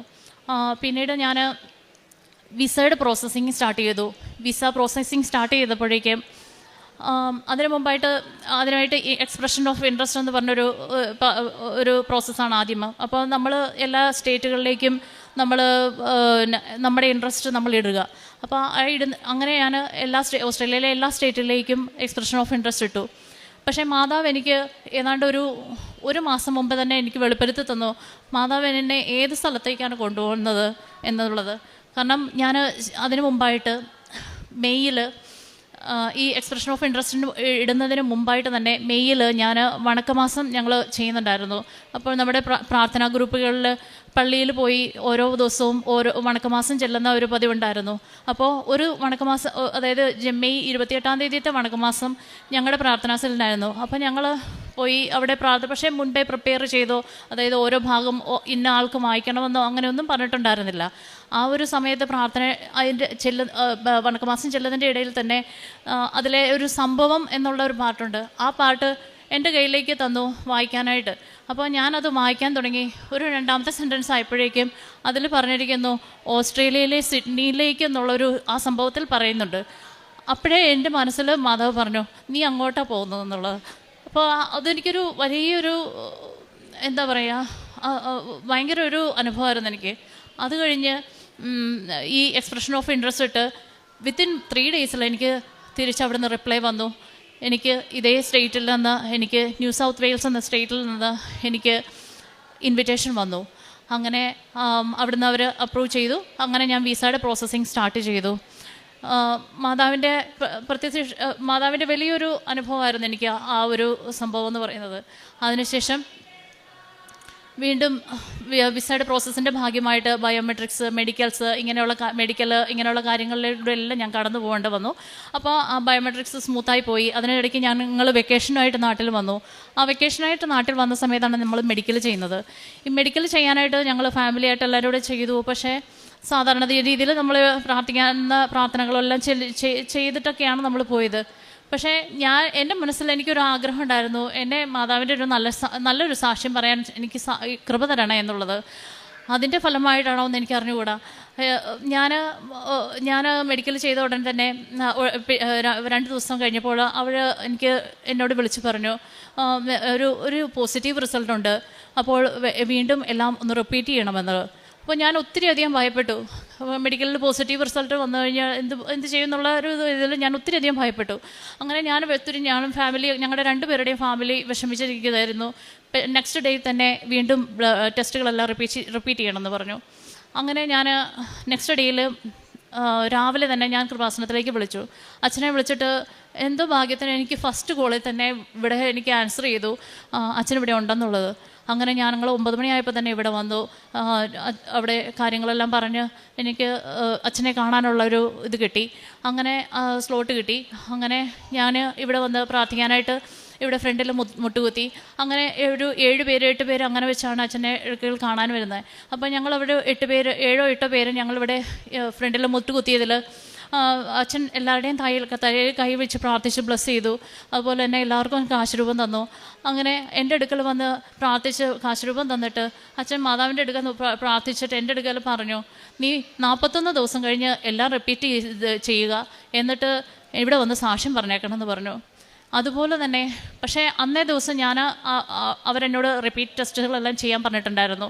അങ്ങനെ ഞാൻ അവിടെ ചെന്ന് വീണ്ടും ടെസ്റ്റ് ചെയ്തു. അന്ന് തന്നെ എനിക്ക് റിസൾട്ടുകളെല്ലാം നെഗറ്റീവായി കിട്ടി. ദൈവത്തിന് 1000 നന്ദി.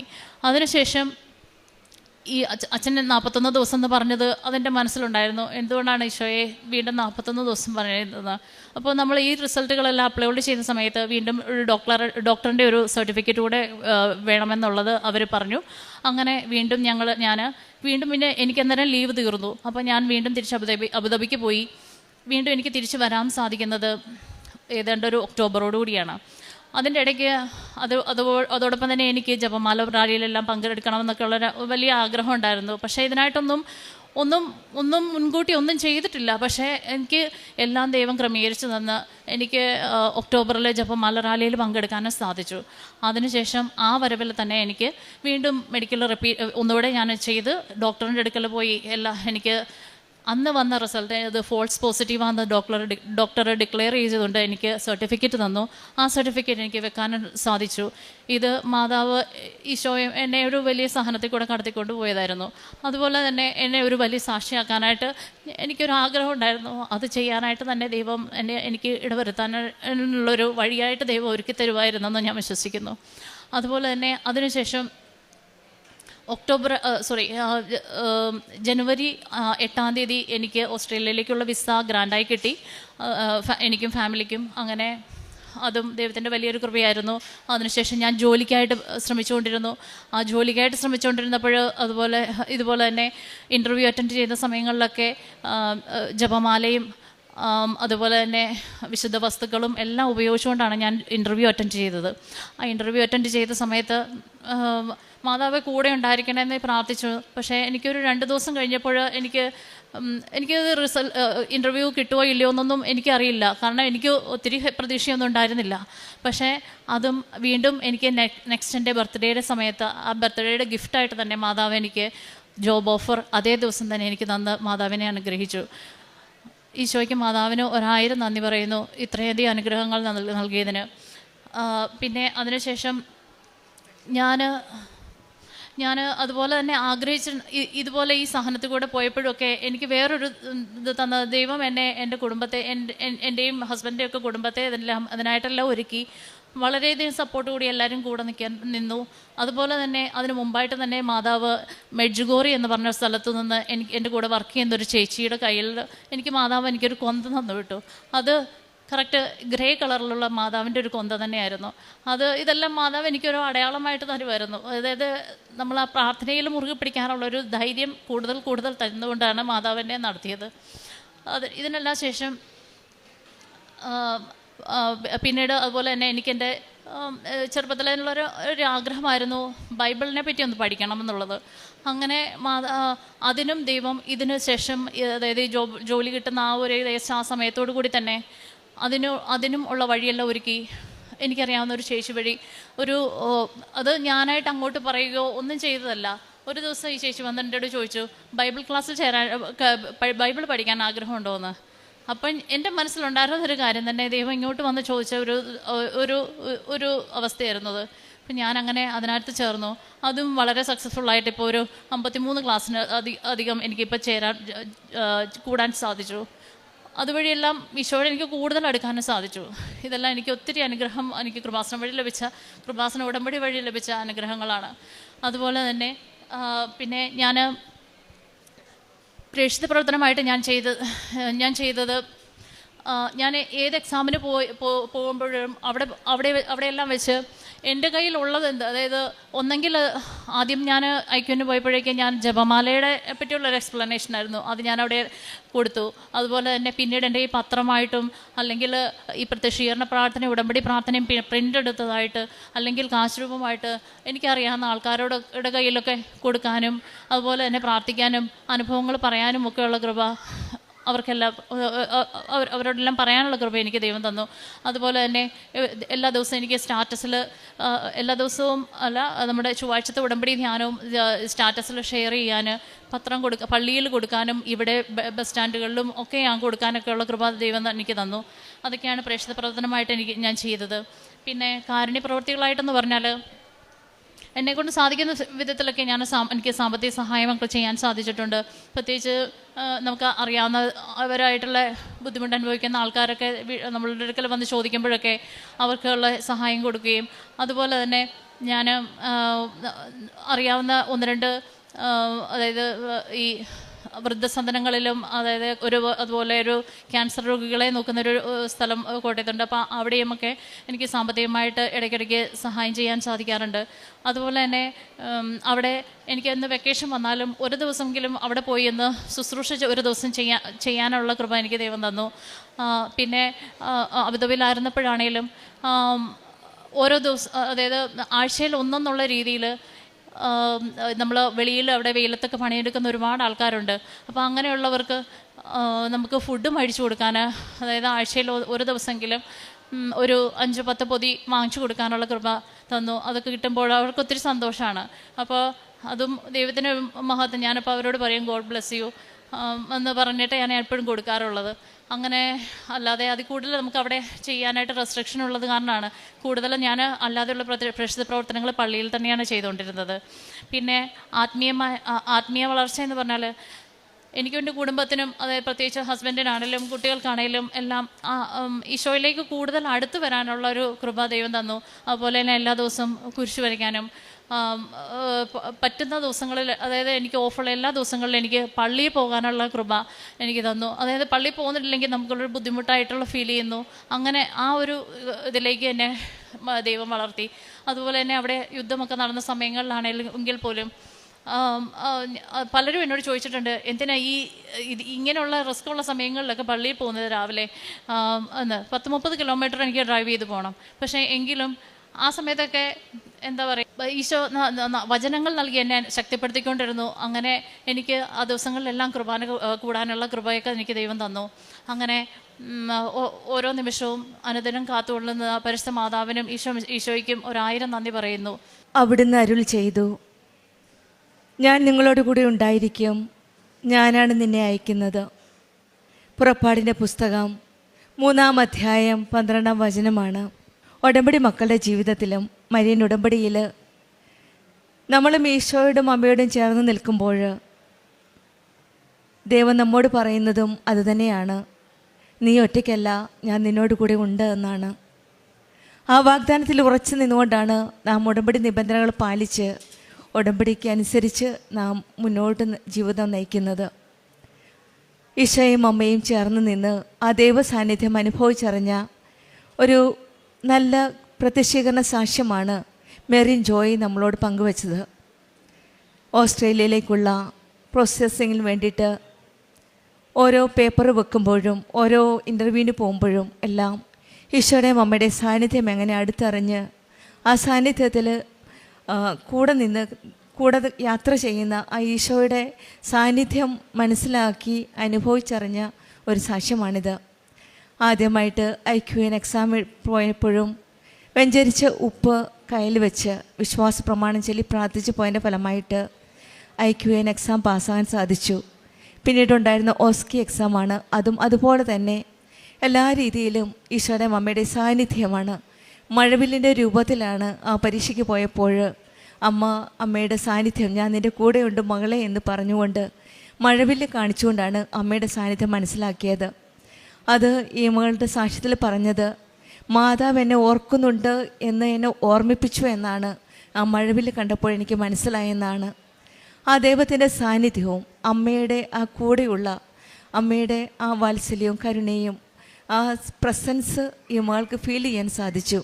തന്നെയുമല്ല, OSCE എക്സാമിന് പോയപ്പോൾ അവിടെ ഉണ്ടായിരുന്ന എക്സാമിനേഴ്സ് എല്ലാം ഗ്രേ കളറിലുള്ള ഡ്രസ്സാണ് ഇട്ടിരുന്നത്. അപ്പോൾ തന്നെ മനസ്സിലായി അവിടെയും ഒരു ഉറപ്പാണ്, അമ്മ എൻ്റെ കൂടെ ഉണ്ട് എന്നുള്ള ഉറപ്പ്. ഉടമ്പടി മക്കളുടെ ജീവിതത്തിൽ പലപ്പോഴും നാം ഓരോ സാക്ഷ്യങ്ങൾ മനസ്സിലാക്കാൻ സാധിക്കുന്നത്, അമ്മയുടെ പ്രസൻസ് മനസ്സിലാക്കുന്നത് പല അടയാളങ്ങളിൽ കൂടെയാണ്. കളറിൽ കൂടെയും മഴവില്ലിൽ കൂടെയും മെഴുകുതിരിൽ കൂടെയും ഒക്കെ അമ്മയുടെ സാന്നിധ്യം അമ്മയുടെ മക്കൾക്ക് തിരിച്ചറിയിക്കുന്നതാണ്. അങ്ങനെയാണ് ഈ മകൾക്കും. എക്സാം ടഫായിരുന്നെങ്കിൽ തന്നെയും പക്ഷേ മകളുടെ കൂടെ അമ്മ കൂടെ ഉണ്ടെന്നുള്ളൊരു സാന്നിധ്യമാണ് ആ മഴവിലൂടെയും ആ ഗ്രേ കളറിലൂടെയൊക്കെ അമ്മ പറഞ്ഞു കൊടുത്തത്. അങ്ങനെയാണ് OSCE എക്സാമും അമ്മ തന്നെ ഒരു ബർത്ത്ഡേ ഗിഫ്റ്റായിട്ട് തന്നെയാണ് ആ റിസൾട്ട് നൽകിയത്. 60 പേരിൽ 3 പേരാണ് സെലക്ട് ആയത്. ആ 3 പേരിൽ മെറിൻ്റെ പേര് ആവണമെങ്കിൽ അത് അമ്മയുടെ ഒരു വലിയ പരിശുദ്ധ അമ്മയുടെ ഈശോയുടെ ഒരു വലിയ കൃപയാണ്. അമ്മയുടെ മധ്യസ്ഥതയിലൂടെ ലഭിച്ച ഒരു വലിയ അനുഗ്രഹമാണ്. ബർത്ത്ഡേ ഗിഫ്റ്റായിട്ട് തന്നെയായിട്ടാണ് ഈ മകൾക്ക് OSCE എക്സാമിൻ്റെ റിസൾട്ട് വന്നത് ഫെബ്രുവരിയിൽ. പിന്നീട് OET എക്സാമാണ്. അവിടെയും ഈ എക്സാമിനെല്ലാം ഈ മകൾ പറയുന്നത് ദൈവത്തിൻ്റെ കൃപയാണ്. Not by my merit but by the grace of God. ഇതിവിടെയെല്ലാം 60 പേരിൽ 3 പേര് സെലക്ട് ചെയ്ത് ആ 3 പേരിൽ മെറിൻ്റെ പേരാണെങ്കിൽ അത് ദൈവത്തിൻ്റെ കൃപയാലാണ്. അങ്ങനെയാണ് വീണ്ടും OET എക്സാം എഴുതുകയും പിന്നീട് വിസയ്ക്ക് വേണ്ടി ഉള്ള പ്രൊസീഡിങ് സ്റ്റാർട്ട് ചെയ്യുകയും അതിന് തന്നെയാണ് എക്സ്പ്രഷൻ ഓഫ് ഇൻട്രസ്റ്റ് EOI എന്ന പ്രോസസ്സ് സ്റ്റാർട്ട് ചെയ്യുകയും അവിടെയും ഈശോയുടെയും അമ്മയുടെയും വെളിപ്പെടുത്തി കൊടുക്കുകയാണ്. അതായത് മെയ് മാസത്തിലെ വണക്കം മാസം വായിച്ചുകൊണ്ടിരുന്നപ്പോൾ അതിനിടയിലുണ്ടായിരുന്ന ഓസ്ട്രേലിയ സിഡ്നി എന്ന നെയിംസ് ഈ മകൾക്കൊരു വെളിപ്പെടുത്തലായിരുന്നു. മകളെ നീ അങ്ങോട്ട് തന്നെ പോകുമെന്നുള്ള ഒരു വെളിപ്പെടുത്തൽ.